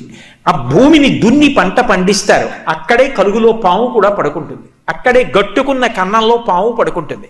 అక్కడే ఉన్న నీళ్లలో పాము తిరుగుతూ ఉంటుంది. అక్కడే రైతు కూడా తిరుగుతూ ఉంటాడు. అలాగే రెండవది, ఆ పాము సమస్త దేవతలకు కూడా ఆభరణ విశేషం. అసలు దేవతలకి ఆభరణం కానటువంటి పాము లేదు. నాగయజ్ఞోపవీతధారిణం అని దేవతలు నాగుపాముని యజ్ఞోపవీతంగా వేసుకుంటారు. ఆదిశేషుడు శ్రీ మహావిష్ణువుకి శయనం. ఆదిశేషుడు ఆయనకి ఛత్రం, ఆయనే చాందిని. వాసుకి క్షీరసాగర మథనంలో మందర పర్వతానికి చుట్టబడినటువంటి తరిత్రాడు. అలాగే విఘ్నేశ్వరుడు పొట్ట చుట్టూ ఒక పావుని చుట్టుకుని ఆయన సర్పవడ్డాణం పెట్టుకుంటాడు. శ్రీకాళహస్తిలో జ్ఞానప్రసూనాంబ అమ్మవారు సర్పవడ్డాణం పెట్టుకుంటుంది. పడగ ఇలా ఎత్తి చూస్తూ ఉంటుంది. ఆ సర్ప వడ్డాణాన్ని చూసినంత మాత్రం చేత రాహుగ్రహం ఉపశాంతి పొందుతుంది అంటారు. అంత గొప్ప వడ్డాణం అమ్మవారు పెట్టుకుంటుంది. కృష్ణుడు కాళీయమర్దనం చేస్తాడు. వెసదామోదర పాదఘాతనలచే పాదఘాతనలచే వేవేల చందంబులన్ ప్రసభాటోపమజూపబాపణ భృచ్చటామండలంబసహంబై పగిలిన్ మణుల్ చెదరగా నాస్యంబులన్ సోడితం బెసగంధంష్టల్ నుగ్గుగాగ గరళమహ్ని జ్వాలికల్ వెల్వడన్ అని పావు మీదకెక్కి నృత్యం చేశాడు. దాన్నే సభామంటపంగా ఏర్పాటు చేసుకున్నాడు ఆయన. పరమశివుడు తాండవం చేస్తుంటే ఆదిశేషుడు ఎగిరి కాలికి అంబెగా చుట్టుకుంటే శంకరాచార్యులు వారి శివతాండవ స్తోత్రంలో చెప్తారు. అంత వేగంగా తాండవం చేస్తుంటే పాము చుట్టుకుని ఉండలేక ఆదిశేషుడు కాలు నుంచి జారిపోతుంటే ఒక్కసారి ఆ కాలు పైకెత్త ఒక్క క్షణం అలా ఉంచేట. ఎందుకంటే బాగా చుట్టుకుని బిగుసుకున్నాక మళ్ళీ తాండవం చేసేస్తే. ఒక ఆయన వెళ్ళి పరమశివుడి యొక్క పాదానికి చుట్టుకున్నాడు. విష్ణువుకి పాన్పు అయ్యాడు. శివకేశవుల మధ్య భేదం ఉండదు సుమా అని ఆదిశేషుడు నిరూపణం చేశాడు. కాబట్టి పాము అనేటటువంటిది అందరికీ అన్వయం. కుండలినీ శక్తిగా అమ్మవారిగా ప్రతి వారిలోనూ 3.5 చుట్లు చుట్టుకుని వెన్నుపాము యొక్క మూలాధార చక్రమునందు పడుకుని ఉంటుంది అని శ్రీ విద్యా తంత్రం. కాబట్టి అసలు పాము అన్వయం కానిది లేదు. అటువంటి పాము అధోముఖంగా వెళ్ళిపోయింది అన్నారనుకోండి పుట్టలోకి. దాని అర్థం ఏమిటి అంటే, మనం తిన్న ఆహారంలో అతిసారవంతమైనటువంటి పదార్థం పురుషుని యందు వీర్యశక్తిగా మారుతుంది. అది కేవలముగా లౌకికమైనటువంటి కోరికలు కామోద్రేకానికి నష్టమైపోతే హీనమైనటువంటి పాము, కలుగులోకి వెళ్ళిపోయిన పాము అంటారు. అది ఊర్ధ్వముఖ చలనం చేసి ఆ వీర్యశక్తి తేజోశక్తి అయి తేజోశక్తి ఓజోశక్తిగా పరిణమిస్తే వాడు బ్రహ్మదర్శనం చేయడానికి కావలసినటువంటి శక్తిని పుంజుకుని తేజోవంతుడవుతాడు. అప్పుడు అది పైకి లేచినటువంటి పాముగా వర్ణింపబడుతుంది. అలాగే కర్షకుడు ఆ పొలం దున్నుతాడు. పావులకి పాలు పోస్తే పావులకు అర్థం అవుతుందా అంటారేమో. పావులకు కూడా భాష లేదేమో కానీ భావం తెలుసు. పసిపిల్లలు ఆడుకుంటుంటే పక్క నుంచి పాము పాకుతూ వెళ్ళిపోతుంది. నేను భారత ఆహార సంస్థలో పనిచేసేటప్పుడు ఊరికి దూరంగా ఉన్న గోదాముల్లో పనిచేస్తున్నటువంటి రోజుల్లో మేము చీకట్లో నిలబడి ఉంటే కాళ్ళ కింద నుంచి కాళ్ళ పక్క నుంచి పెద్ద పెద్ద పాములు వెళ్ళిన రోజులు ఉన్నాయి. మనం దాన్ని హాని చేయడానికి సిద్ధంగా లేము అంటే అది హాని చేయడానికి సిద్ధపడదు. అందుకే నాగుల చవితి నాడు అందరూ వెళ్ళి పుట్టలో పాలు పోసి మాకన్నం పెడుతున్నవాడు రైతు. ఆ రైతు ఎక్కడుంటాడో అక్కడ నువ్వు ఉంటావు. ఆ అన్నదాత రక్షింపబడాలి. అన్నదాతతో ప్రధానమైన అనుబంధం కలిగిన పండగ. వెళ్ళి పుట్టలో పాలు పోసి ఆ చిమ్మిలి వేసి చలివిడి వేసి నమస్కారం చేసి ఒక మాట చెప్తారు. దానికేం పెద్ద పెద్ద మంత్రాలు చెప్పలేదు. అందుకే పడగ తొక్కితే పగవాడనుకోకు, నడుం తొక్కితే నా వాడనుకో, తోక తొక్కితే తొలగుతూ వెళ్ళిపో, ఇదిగో ఈ నూకలు తీసుకో మాకు మూకలియ్యి అంటారు. అది 3వ ఫలితం. ఒకవేళ నేను తెలియక పొలం గట్టు మీద వెడుతుంటాను, నేనంటే మా తాతగారు వ్యవసాయం చేశారు, మా తాతగారు వెడుతున్నప్పుడు ఆయన చూసుకోక చటుక్కున నీ పడగ తొక్కితే పగవాడు అనుకోక ఆయనకి నిన్ను చంపే ఉద్దేశం లేదు, పొలంలో వెడుతూ చటుక్కున తొక్కాడు, వెళ్ళిపో. నడుం తొక్కితే నావాడనుకో, తోక తొక్కితే తొలగుతూ వెళ్ళిపో, ఆయన జోలికి రాకు, నీ పట్ల నాకు ఒక అనుబంధం ఉన్నది అని చెప్పడానికి పట్టికెళ్ళి వేస్తే ఆ భాష అది అందుకోలేదని నేను అనుకోవట్లేదు. ఎందుకని అంటే ఎన్నో పావుల్ని నా జీవితంలో చేసినటువంటి ఉద్యోగరీత్యా పెద్ద పెద్ద సర్పాలు తిరుగుతుండగా ఒక మనిషి జోలికి నిష్కారణంగా రాకుండా ఉన్నటువంటి విశేషాలు చూసినవాడిని కాబట్టి చెప్తున్నాను. కాబట్టి అటువంటి పావుతో కూడా సఖ్యతతో సాధించలేనిది లేదు. ప్రేమ భావన చేత దేన్నైనా గెలవవచ్చు. శత్రుత్వం చేత, శాసనం చేత తాత్కాలికంగా వంచగలవేమో, ప్రేమ భావన చేత శాశ్వతమైన మార్పు తేగలవు అని ఆ ప్రేమ భావనకు పట్టాభిషేకం చేసి పావుకి పాలు పోయించిన జాతి సనాతన ధర్మం. పుట్టలో పాలు పోసి సాధారణంగా సంతానాన్ని కల్పించగలిగినటువంటి శక్తిగా సుబ్రహ్మణ్యుణ్ణి ఆరాధన చేస్తారు. అందుకే వంశవృద్ధికారకాయ నమః అని ఆయనకు ఒక పేరు. కాబట్టి ఈ నూకలు తీసుకో, మాకు మూకలి.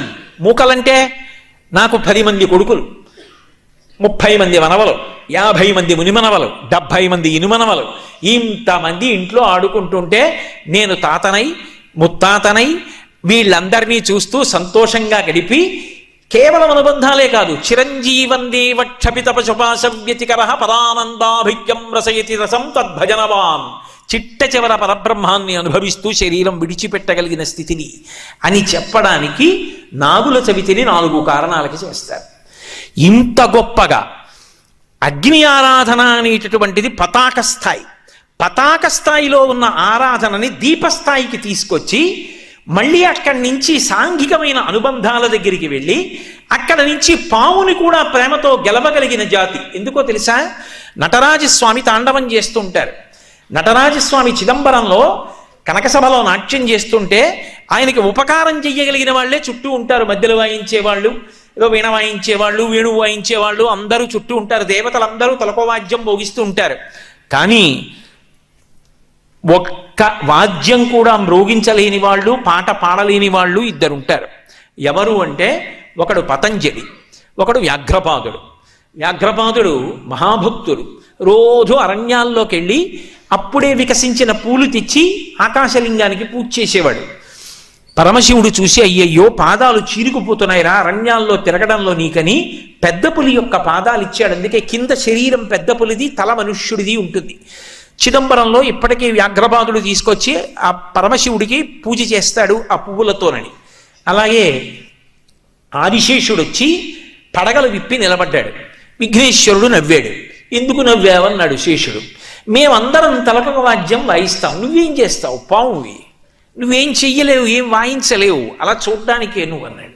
ఆయనకి బాధేసింది. నేను పావునన్నావు కదూ, దీర్ఘం లేకుండా హ్రస్వాక్షరాలతో నేను శివతాండవాన్ని వర్ణిస్తూ స్తోత్రం చేస్తానని స్తోత్రం చేశాడు. చేసి మీరు ఆయన తాండవం చేస్తుంటే వాద్యాలు మ్రోగిస్తారు, నేను ఆయన తాండవంలో అంతర్భాగం అయిపోతాను అని ఎగిరి వెళ్ళి పరమశివుడి పాదానికి చుట్టుకున్నాడు. ఇప్పుడు ఆయన తాండవం చేస్తుంటే నేనొకటి, నా ఉంగరం ఒకటి కాదుగా, నా ఉంగరం ఎప్పుడూ నాతోనే వస్తున్నట్టుగా, నాకు భూషణం అయిపోయినట్టుగా ఆ పాము ఆయన పాదానికి అలంకారం అయిపోయి ఆయన తాండవం చేస్తుంటే అది తాండవంలో కలిసిపోయిందంతే. అలా ఆదిశేషుడు నటరాజు యొక్క పాదాన్ని పట్టుకున్నాడు. ఒక పాము తనకున్నటువంటి సమస్తమైనటువంటి వ్యగ్రతలు మరిచిపోయి ప్రేమమూర్తి అయినటువంటి శంకరుడు తాండవం చేస్తుంటే చూస్తూ నిలబడిపోయింది. క్రౌర్యానికి పరాకాష్ఠ అయిన పెద్ద పులి వ్యాఘ్రపాదుడు పరమశివ తాండవం చూస్తూ ప్రేమతోలా నిలబడిపోయాడు. ప్రేమ చేత గెలవలేనివి ఈ లోకంలో లేవు. శాసించి తాత్కాలికంగా ఉంచగలవేమో, కానీ ప్రేమతో తీసుకొచ్చిన మార్పు శాశ్వతమైన మార్పు. అందుకే ప్రేమతో పావుని కూడా పూజించడం నేర్పినటువంటి జాతి ఈ సనాతన ధర్మం. అందుకే నాగుల చవితి పండగ వచ్చింది. పక్కనే స్కంద షష్ఠి, సుబ్రహ్మణ్యారాధన. నిజానికి సుబ్రహ్మణ్యుడు పావకి అని అగ్నిస్వరూపం. శంకర భగవత్పాదులు పంచాయతనాన్ని పూజించమని శాసనం చేశాడు. ఎవరు ప్రధానంగా కులదేవతగా చూస్తారో వాళ్ళని మధ్యలో పెడతారు. 5గురు మాత్రం పూజలో ఉంటారు. పరమశివుడు, అంబిక, శ్రీ మహావిష్ణువు, సూర్యభగవానుడు, గణపతి. నేను గాణాపత్యానికి చెందినవాడిని అనుకోండి, గణపతిని ప్రధానమైతే గణపతిని మధ్యలో పెడతాను, మిగిలిన నలుగురు చుట్టూ ఉంటారు. నేను శివుణ్ణి ప్రధానం అనుకోండి, శివుణ్ణి మధ్యలో పెట్టి మిగిలిన నలుగురు చుట్టూ ఉంటారు. నేను విష్ణు ప్రధానంగా పూజ చేస్తే విష్ణువు మధ్యలో ఉంటారు, చుట్టూ నలుగురు ఉంటారు. ఈ నలుగురి అనుమతి లేకుండా నేను విష్ణువు దగ్గరికి వెళ్ళలేను. శివుడికి ముందు పువ్వు, గణపతికి ముందు పువ్వు, సూర్యుడికి ముందు పువ్వు, అంబికకి ముందు పువ్వు వేస్తే తప్ప విష్ణువుని పూజ చేయలేను. అంటే అభేదమైనటువంటి భావన ఏర్పడుతుందని పంచాయతన పూజ పెట్టారు. కానీ వారు షణ్మత స్థాపనాచార్యులు. ఈ 5టితో పాటు సుబ్రహ్మణ్యుడు కూడా మోక్షప్రదాత అని నిర్ణయించారు. మరి సుబ్రహ్మణ్యుడేడి పూజలో అంటే సుబ్రహ్మణ్యుడికి ఇక వేరే పూజలో మూర్తిని ఇవ్వలేదు ఆయన. ఎందుకు ఇవ్వలేదంటే మొదట వెలిగించినటువంటి దీపంలోని జ్యోతి సుబ్రహ్మణ్య స్వరూపమే, చివర ఇచ్చిన నీరాజనంలో జ్యోతి సుబ్రహ్మణ్య స్వరూపమే అన్నారు. జ్యోతి స్వరూపం సుబ్రహ్మణ్య స్వరూపం. కాబట్టి మహానుభావుడు ఆ సుబ్రహ్మణ్యుడు ప్రత్యేకించి దీపముల ద్వారా ఆరాధన జరిగేటటువంటి ఈ కార్తీక మాసంలో స్కంద షష్ఠి రూపంలో పూజలు విశేషంగా అందుకునేటటువంటి మాసం. మీరు చూడండి, ఒక్క మాసంలో ఇన్ని రకాలైనటువంటి విశేషాలు జరగడం అనేటటువంటిది మీకు కార్తీక మాసంలోనే కనపడుతుంది. అలాగే ఉత్థాన ఏకాదశి లేదా ప్రబోధన ఏకాదశి అంటారు. శ్రీ మహావిష్ణువు పాలసముద్రంలోంచి నిద్రలేస్తారు ఆ రోజున. ఏమంటే ఆయన కూడా నిద్రపోతారా? ఒకవేళ ఆయన కూడా నిద్రపోయారనుకోండి, శ్రీ మహావిష్ణువు అంటే లోకములనన్నిటినీ కాపాడవలసిన వాడు కదా, కాపాడవలసినటువంటి స్థితికర్త ఆయనే నిద్రపోతే ఆ సమయంలో ఉపద్రవం వస్తే ఎవరికి చెప్పుకోవాలి? నిద్రపోయేటటువంటి లక్షణం ఉన్నవాడు తమో గుణానికి లొంగిపోయినవాడు కదా, ఆయనకి మననేం రక్షిస్తాడు అనుకుంటారేమో. అది తామసికమైన నిద్ర కాదు, ఏదో బడలిపోయి నిద్రపోయినటువంటి నిద్ర కాదు.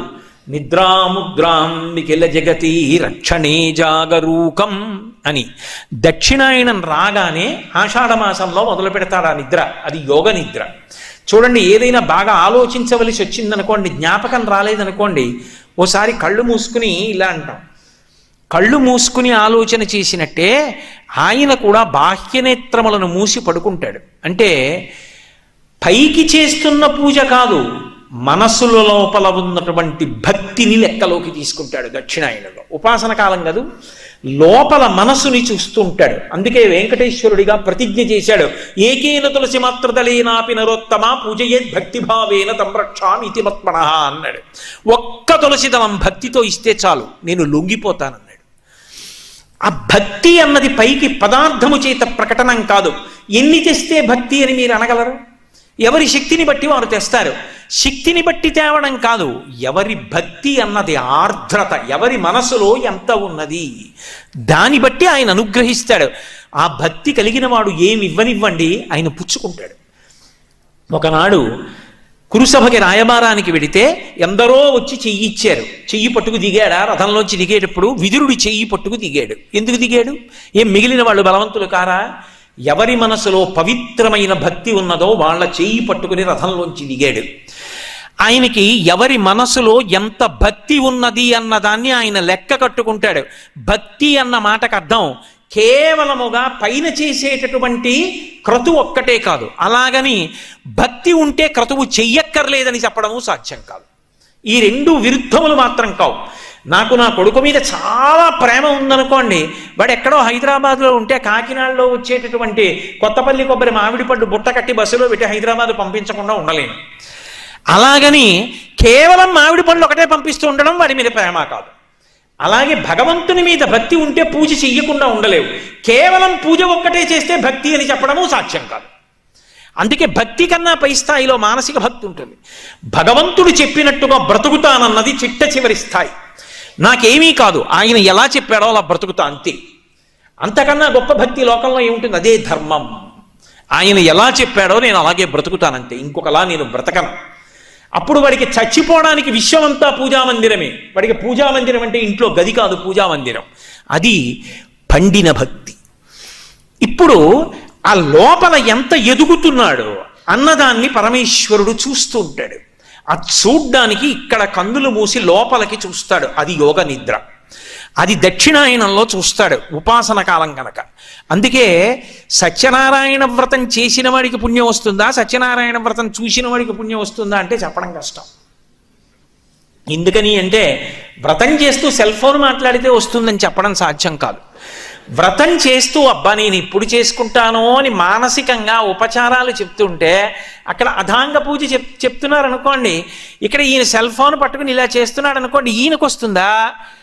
చూడ్డానికి వచ్చిన వాడు అక్కడ కూర్చుని పాదవ పూజయామి అంటే తాను కళ్ళు మూసుకుని సత్యనారాయణ స్వామి పాదాల మీద, చీలమండల మీద, మోకాళ్ళ మీద, తొడల మీద, నాభి మీద, ఆ పొట్ట మీద, గుండెల మీద, నడుం మీద, భుజముల మీద, నాభి మీద, కంఠం మీద, ఆ గడ్డం మీద, ముక్కు మీద, పెదవుల మీద, చిన్న చిరునవ్వు నవ్వితే కనపడిన దంతముల మీద, కనురెప్పల మీద జాగ్రత్తగా 2 తుమ్మి పూలు కనుబొమల మీద, నుదురు మీద, చెవుల మీద వేసి చేత్తో పువ్వులు పట్టుకుని తలమించి వేస్తే జర జర జర జర జర కింద పడుతున్నటువంటి పువ్వులతో సమానంగా పైకి కిందకి మనసుతో చూసిన వాడు ఎవరో అక్కడ చూడ్డానికి వచ్చిన వాడు ఉన్నాడు, వాడు వ్రతం చేశాడని వేస్తాడు ఈశ్వరుడు.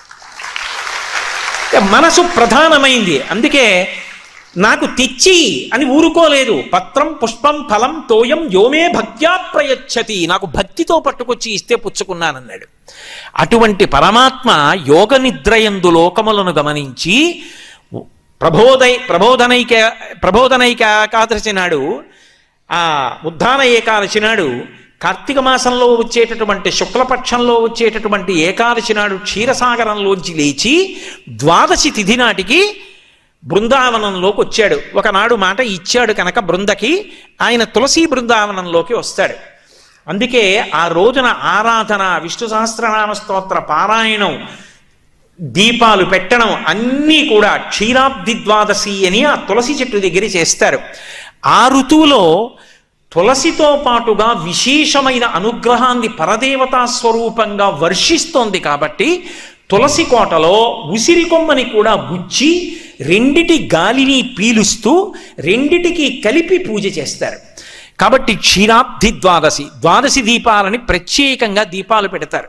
అలాగే శుక్లపక్షంలో వచ్చేటటువంటి అష్టమి గోపాష్టమి, ఒకటి బలిపాడ్యమి, రెండవది మూడవది తిథులు సాంఘికమైన అనుబంధాలు, నాలుగవది పావుల సంబంధం, ఆరవది సుబ్రహ్మణ్య సంబంధం, ఎనిమిదో తిథి అష్టమి వస్తే శుక్లపక్షంలో గోపాష్టమి.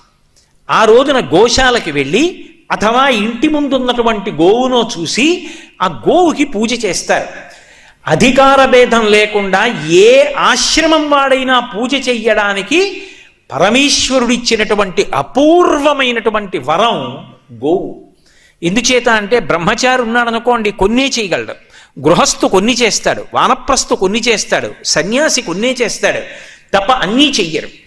అన్ని ఆశ్రమాల్లో ఉన్నవాళ్ళు, అన్ని వర్ణాల్లో ఉన్నవాళ్ళు అందరూ కూడా బట్ట నేను పంచ కట్టుకున్నానా, గోచీపోసి కట్టుకున్నానా, ఉత్తరీయం వేసుకున్నానా, వీటితో సంబంధం లేకుండా గౌర్వారగ్ని అంది వేదం.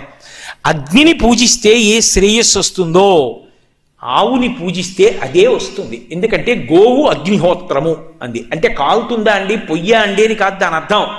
అగ్నిని ఆరాధన చేస్తే ఏ శ్రేయస్సు వస్తోందో, ఇంట్లో ఉన్నటువంటి ఒక ఆవు దగ్గరికి వెళ్ళి గ్రాసము అంటే చేత్తో పట్టుకున్నంత గడ్డి తినిపిస్తే ఆ రోజున వాడు అగ్ని కార్యము చేసినట్టే. గోవుకి ప్రదక్షిణం చేస్తే 33 కోట్ల మంది దేవతలకి ప్రదక్షిణం చేసినట్టే. గోవు పృష్ఠభాగమునందు పసుపు కుంకం వేస్తే అది లక్ష్మీదేవికే అందుతోంది. కల్పాలు చెప్తున్నాయి, పీఠాధిపతులు చెప్తున్నారు. కాదని మాట్లాడడానికి నేనెవణ్ణి? పరిమితులు తెలుసుకు మాట్లాడాలి కదా, శాస్త్ర విరుద్ధమైన ప్రసంగాలు చేయకూడదు.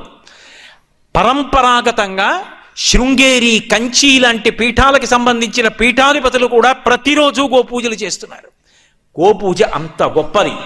శుక్లపక్షంలో గోపాష్టమి నాడు గోపూజ, అలాగే కృష్ణపక్షంలో అంటే ఇప్పుడు వస్తోంది ఈ వచ్చేటటువంటి దాంట్లో మళ్ళీ ద్వాదశి నాడు ప్రత్యేకంగా గోవత్స ద్వాదశి అంటారు. దూడతో ఉన్నటువంటి ఆవుని పూజ చేస్తారు. ఆ రోజున పూజ చేసి చిట్టి గార్లు, చిట్టి బూర్లు అంటారు, చిన్న చిన్న గార్లు, చిన్న చిన్న బూర్లు వేసి నైవేద్యంగా తీసుకొచ్చి పెడతారు. ఆ రోజున ఆవు దూడ కలిపి అవి ముట్టుకుంటే దేవతలందరికీ కార్తీక మాసంలో నైవేద్యం ఇచ్చేసినట్టే. కాబట్టి కృష్ణపక్షంలో వచ్చేటటువంటి ద్వాదశి గోవత్స ద్వాదశి. ఆ రోజున గో పృష్ఠభాగాన్ని చక్కగా పసుపు కుంకాలతో పూజ చేయడం, మెడలో ఓ పూలదండ వెయ్యడం, గోవుని అలంకరించడం, గోవుకి ప్రదక్షిణం చెయ్యడం, పూజా విధానం తెలిస్తే కల్పంతో చక్కగా ఆ గోపూజ చెయ్యగలగడం అభ్యున్నతి హేతువులు. అందుకే కార్తీక మాసం ఇన్ని రకాలైనటువంటి పూజల యొక్క సమాహార స్వరూపం. అలాగే అష్టమి కాలభైరవాష్టమి. కాలభైరవుడు పరమాద్భుతమైనటువంటి స్వరూపం, పరమశివుని యొక్క అవతార విశేషం. కాలభైరవుని యొక్క శాసనానికి స్వయంగా యమధర్మరాజు కూడా భయపడి ఆ శాసనాన్ని పాటిస్తాడు అని చెప్తారు. ఇప్పటికీ హరిద్వార్ వంటి క్షేత్రానికి వెడితే భైరవదండనము అని చెప్పి విధిస్తారు. భైరవ మూర్తి దగ్గరికి వెళ్ళినప్పుడు ఒంగో పెట్టి కర్రతో ఒక్కసారి కొడతారు. ఎందుకని అంటే అసలు ఆయన పేరే భైరవ. భైరవ అన్న మాట ఎందుకు వచ్చిందంటే భై అని శబ్దం చేస్తాడు రవం, కాబట్టి భైరవ. ఆయన వాహనం శునకం, కుక్క. కుక్క భౌ అంటుంది కదా. జీవి శరీరాన్ని విడిచిపెట్టిన తరువాత చేసిన పాపాన్ని బట్టి కుక్క రూపంలో తరివితే ఆ కటిక చీకట్లో పరిగెడతాడు అని. భౌ నరుస్తూ భై అన్న రవంతో వెంటపడతాడు కాబట్టి భైరవ. అక్కడ పొందవలసిన దండనని ఇక్కడే దండన రూపంలో ఒంగో పెట్టి వీపు మీద కర్రతో ఆ చేత్తో పట్టుకున్న ఆ వెదురుతోటి ఓ చిన్న దెబ్బ కొట్టి వదిలేస్తారు. భైరవ దండనం ఇక్కడే విధించేశామని. అటువంటి భైరవుడు ఏదైనా ఇవ్వగలడు. అందుకే కాలభైరవాష్టకం పఠంతి ఏ మనోహరం జ్ఞానముక్తి సాధనం విచిత్ర పుణ్యవర్ధనం శోకమోహ దైన్యలోభ కోపతాపనాశనం తే ప్రయాంతి కాలభైరవాగ్రి సన్నిధం ధ్రువం అంటారు. ఆ భైరవుడి యొక్క ఆరాధన అంత గొప్పది. ఎందరో భైరవులు ఉన్నారు. ఒటొక భైరవుడి దగ్గర నుంచి ఎంతమంది భైరవులు. అటువంటి భైరవుడి యొక్క ఆవిర్భావ దినంగా కాలభైరవాష్టమి అని చెప్పి శివాలయాల్లో ప్రతి చోట సాధారణంగా భైరవుడు క్షేత్రపాలకుడై ఉంటాడు. కాలభైరవుడికి పూజలు జరిగేటటువంటి తిథి ఈ కార్తీక మాసంలోనే వస్తుంది. అన్నిటినీ మించి మనిషిని ఎన్ని రకాలుగానో అనుగ్రహించేటటువంటి విశేషాలన్నీ ఈ కార్తీక మాసంలోనే జరుగుతాయి. ఎందుకనంటే కార్తీక పౌర్ణమి నాడు జ్వాలాతోరణం చేస్తారు శివాలయాల ముందు. జ్వాలాతోరణము అంటే ఇలా ఓ కర్ర ఇలా ఓ కర్ర కట్టి పైన ఒక కర్ర కడతారు. మీ అందరూ జ్వాలాతోరణం చూసిన వారే, ఏదో నేను చెప్పాలని చెప్పడం తప్ప. దానికి ఆవిరి గడ్డి తీసుకొచ్చి కడతారు. దాని మీద నెయ్యి పోసి వెలిగిస్తారు. వెలిగించి ఆ మంట అంటుకోవడం ప్రారంభం అవగానే పల్లకీలో పార్వతీ పరమేశ్వరుల యొక్క ఉత్సవమూర్తులను ఉంచుకొని ఆ మంట కింద నుంచి 3 మార్లు వెళ్ళొచ్చేస్తారు. ఎందుకు అలా వెడతారు జ్వాలాతోరణం కింద నుంచి అంటే, జీవి అనేకమైనటువంటి పాపములను చేసి శరీరం విడిచిపెట్టిన తరువాత పరిగెత్తి పరిగెత్తి పరిగెత్తి పరిగెత్తి పరిగెత్తి దాహంతో చిట్ట చివర ఆ యమసదనానికి వెళ్ళినప్పుడు మంటలతో ఉన్నటువంటి తోరణం కింద నుంచి లోపలికి వెడతాడు అని శాస్త్రం వాక్కు. శాస్త్రం కదా ప్రమాణం. నాకు నచ్చిందండి నచ్చలేదండి అని చెప్పడానికి కాదది. తస్మాత్ శాస్త్రం ప్రమాణంతే కార్యాకార్యం వ్యవస్థితౌ. నీ బుద్ధికి తోచినవన్నీ సత్యాలైతే భూమి తిరుగుతోంది, నీకు కనపడిందా? భూమి తిరుగుతున్నట్టు కనపడిందా? భూమి తిరుగుతున్నట్టు కనపట్టలేదుగా. మరి భూమి తిరుగుతోందని ఎలా నమ్మావు? శాస్త్రవేత్త చెప్పాడు కాబట్టి నమ్మేవు. శాస్త్రవేత్త చెప్పినది నమ్మి భూమి తిరుగుతోందని నమ్మిన వాడివి శాస్త్రం చెప్పిందని నమ్మి జ్వాలాతోరణం ఉంటుందని ఎందుకు నమ్మలేవు? నువ్వు నమ్మకపోయినంత మాత్రం చేత శాస్త్రం అబద్ధం కాదు. ఎవడు నమ్ముకున్నాడో వాడికి అభ్యున్నతి లేకుండా పోలేదు. కాబట్టి పాపము చేసి శరీరాన్ని విడిచిపెడితే ఆ జ్వాలలతో కూడుకున్నటువంటి తోరణములోంచి యమసదనంలోకి వెడతాడు. ఒరే ఇక పైన ఇలా పాపాలు చెయ్యకు, సద్బుద్ధితో ప్రవర్తించు. నువ్వు అక్కడ వెళ్ళవలసినటువంటి దారుణమైన పాపాలు నీకున్నాయి, వాటిని తీసేస్తాను, నీకోసం నేను వస్తాను సాయం. ఇక్కడ నా ఆలయం ముందే జ్వాలాతోరణం జరుగుతుంది. అక్కడ ఏ మంటల తోరణం కింద చిచ్చు తోరణం కింద నుంచి వెళ్ళాలో అక్కడ నేను నీకు సాయం వస్తాను. దా నేను ముందు వెడతాను, నువ్వు నా వెంటరా. ఇక్కడే జ్వాలాతోరణం కింద నుంచి వెళ్ళొచ్చావు కనుక ఇక అక్కడ వెళ్ళవలసిన అవసరం తీసేశాను కదా అని మళ్ళీ వచ్చే ఏడాది కూడా వద్దామని పాపాలు మొదలుపెట్టకు. బుద్ధి మార్చుకొని నేను ఇంత నీకు అనుగ్రహించాను కాబట్టి నా అనుగ్రహాన్ని గుర్తు పెట్టుకొని ప్రేమతో నేను చెప్పినట్టు బ్రతుకు ఇక పైన. ఆ మార్పు తెచ్చుకొని జ్వాలాతోరణం కింద పరమశివుడితో కలిసి వెళ్ళొచ్చిన వాడు ఎవరుంటాడో వాడు యమసదనంలో చిచ్చుతోరణం కింద నుంచి వెళ్ళవలసిన అవసరం ఉండదు. అంటే ఈ కార్తీక మాసం మనిషి యొక్క అభ్యున్నతి కొరకు అన్ని అద్భుతమైనటువంటి విశేషాల్ని మనకి అనుగ్రహిస్తూ ఉంటుంది.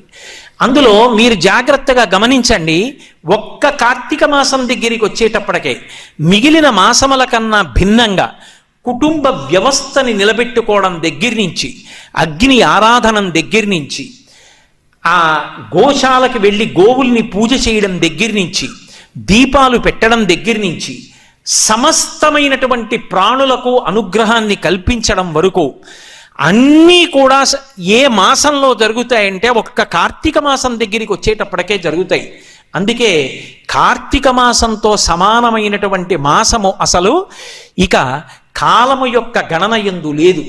ఈ కార్తీక మాసాన్ని దుర్వినియోగం చేసుకోకూడదు. ఆకలి కొద్దిగా మందగింపుగా ఉంటుంది కాబట్టి నక్తవ్రతం చేయిస్తారు. నక్తవ్రతం అంటే రాత్రుళ్ళు ఎలాగో పొడవుగా ఉండి పగళ్ళు చాలా చిన్నవిగా ఉంటాయి కనుక పగటి పూట ఉపవాసం ఉండి రాత్రిపూట భోజనం చేస్తారు. అనేక రకాలుగా భగవంతుణ్ణి కీర్తించి మార్చి మార్చి ఇంద్రియములను భగవంతుని యొక్క సన్నిధానమునందు పెట్టడానికి ప్రయత్నం చేస్తారు.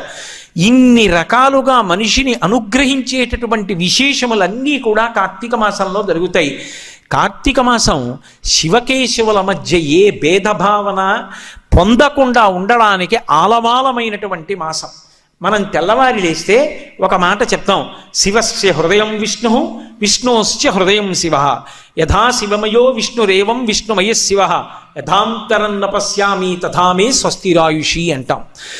విష్ణువు యొక్క హృదయము శివుడు, శివుని యొక్క హృదయము విష్ణువు. ఆ శివకేశవుల మధ్య నేను ఎన్నడూ భేదభావమును పాటింపకుండెదనుగాక. అలా పాటించనటువంటి లక్షణము చేతన ఆయుర్దాయము పెరుగుగాక అని కోరుకుంటాం. కార్తీక మాసం దగ్గరికి వచ్చేటప్పటికీ దామోదర స్వరూపంగా విష్ణు భగవానుణ్ణి కీర్తిస్తాం, త్రయంబక స్వరూపంగా పరమశివుణ్ణి ఆరాధిస్తాం. శివాలయాల్లో అభిషేకాలు అవి విశేషంగా జరుగుతాయి.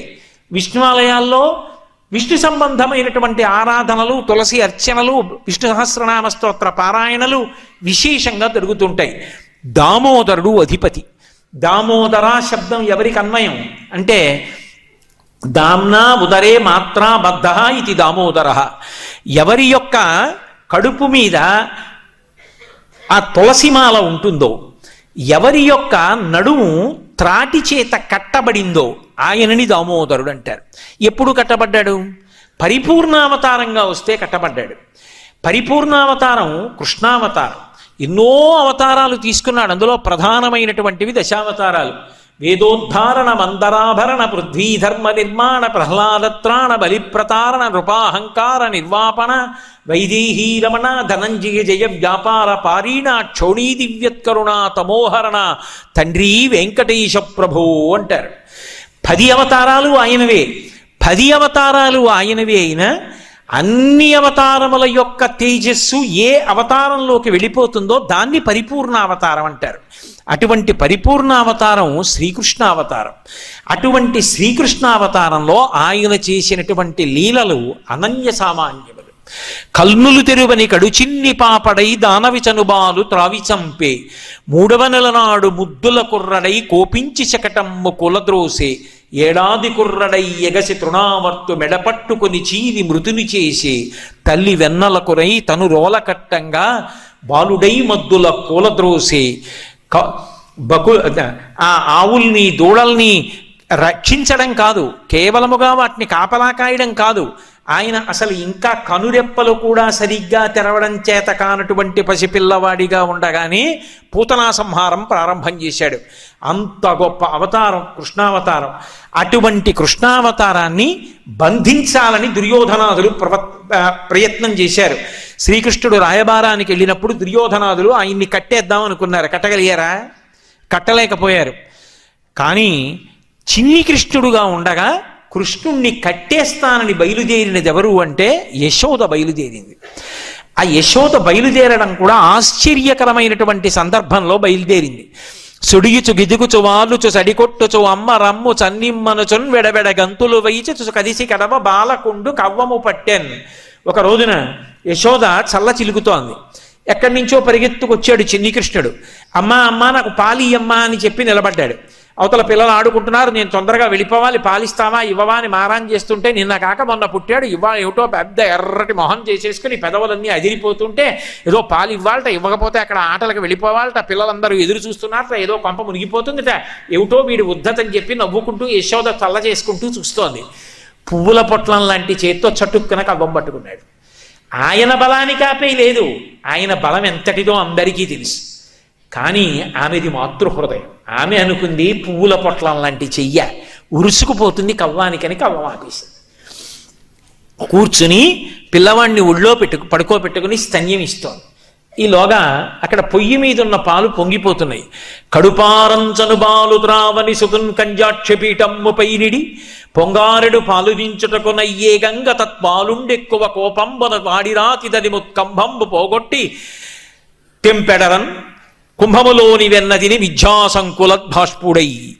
పాలిస్తున్నటువంటి అమ్మ పాలు పొంగిపోతున్నాయని ఆ పిల్లాన్ని తీసి పక్కన పుచ్చుకోబెట్టి గబగబా వెళ్ళి ఆ పొయ్యి మీద ఉన్న పాలు కిందకి దింపుతోంది. ఆ రోజుల్లో దాలి అనేవారు, పిడకలతో పొయ్యి ఏర్పాటు చేసి దాని మీద కుండలో పాలు పెట్టేవారు. సన్నని సెగ మీద చక్కగా పొంగుతూ ఉండేవి. గబగబా దింపడానికి వెళ్ళింది. కోపం వచ్చింది. నాకు పాలు ఇవ్వడం కన్నా నీకు పాలు దింపడం ఎక్కువైపోయిందా అని ఏదో పసిపిల్లవాడి కోపంలా అత్త మీద కోపం దుత్త మీద చూపించారన్నట్టుగా అప్పటి వరకు చల్ల చిలికి చిలికి ఉంది, వెన్నముద్దలు పైకి తేలి ఉన్నాయి.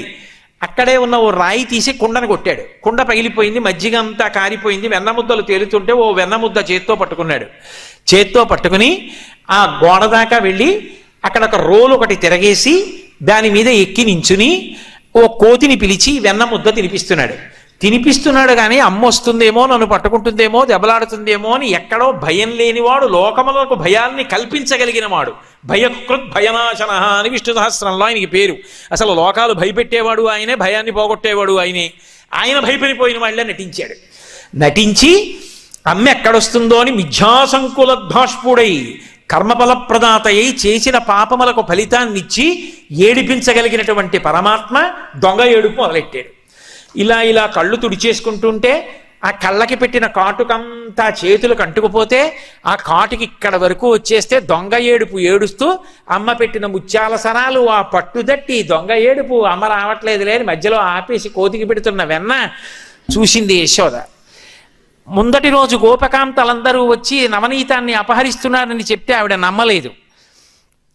ఇప్పుడు ఏదో లోకంలో ఒక సామెత చెప్తారే, మొగుడు కొట్టాడని కాదు తోడికోడలు తెప్పిందని బాధపడిందని, అలా ఇప్పుడు కృష్ణుడు అల్లరి చేశాడని కాదు పట్టుకోలేదు యశోద అని అక్కడ ఉన్న గోపకాంతలు అంటారేమోనని ఎలా అయినా పట్టుకోవాలనుకుంది. పిల్లాన్ని పట్టుకోవడం అంటే అంత తేలిక.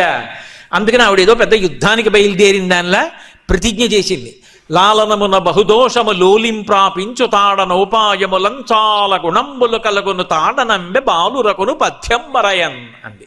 పిల్లాడు కదా అని ముద్దు చేస్తే పాడైపోతున్నాడు, 2 దెబ్బలు వేస్తే బాగుపడతాడు, అందుకని కొడతాను. అసలు కొట్టడానికి పట్టుకోవాలి కదా ముందు. అందుకని ఆ చీర తీసింది, ఇలా పైకి దోపింది, పమిట కొంగి ఇలా చుట్టూ తిప్పింది, యువతలకి తెచ్చింది, ఆ కొప్పు తీసింది, గట్టిగా ముడేసుకుంది, పువ్వులు ఇలా లోపలికి సర్దుకుంది, ఆ నగలన్నీ తీసింది, ఊగిపోకుండా ఇలా రవికలోకి వేసుకుంది. ఇంకా పిల్లాడి వెంట పరిగెత్తాలి, ఎక్కడ చూస్తే పారిపోతాడో అని చూస్తోంది. చూసేశాడు అమ్మ వచ్చేస్తోందని. చటుక్కున వెలయలోలు తిరగ వేసి ఎక్కి ఉట్టిలోని వెన్న నులుకుచున్నొక కోతి పాలు చేయుచున్న బాలుకనియే. కోతికి వెన్న పెడుతున్నటువంటి కృష్ణుడిని చూసేసింది. అమ్మ వచ్చేస్తోందని పరిగెత్తుకెళ్ళిపోయాడు. స్తంభాదికంబులు తనకు వడ్డంబైన అట్టట్టునని పట్టు అనివీని తప్పు సైరింపు ఇంక దొంగిలబోదు నీనని ముని ముట్ట నిచ్చువాని కాటుక నెరయంగ కందులు నులుముచు వెడల కన్నీటితో వగచువాని ఏ దశ వచ్చునో ఇది ఎని పలుమార్లు సరుగుచు క్రీగంట చూచువాని గూడబారి పట్టుకని వెరపుచు చిన్ని వెన్న దొంగ చిక్కెననుచు కొట్ట చేతులాడక పూబోడి కరుణతోడబాలు కట్టదలచే.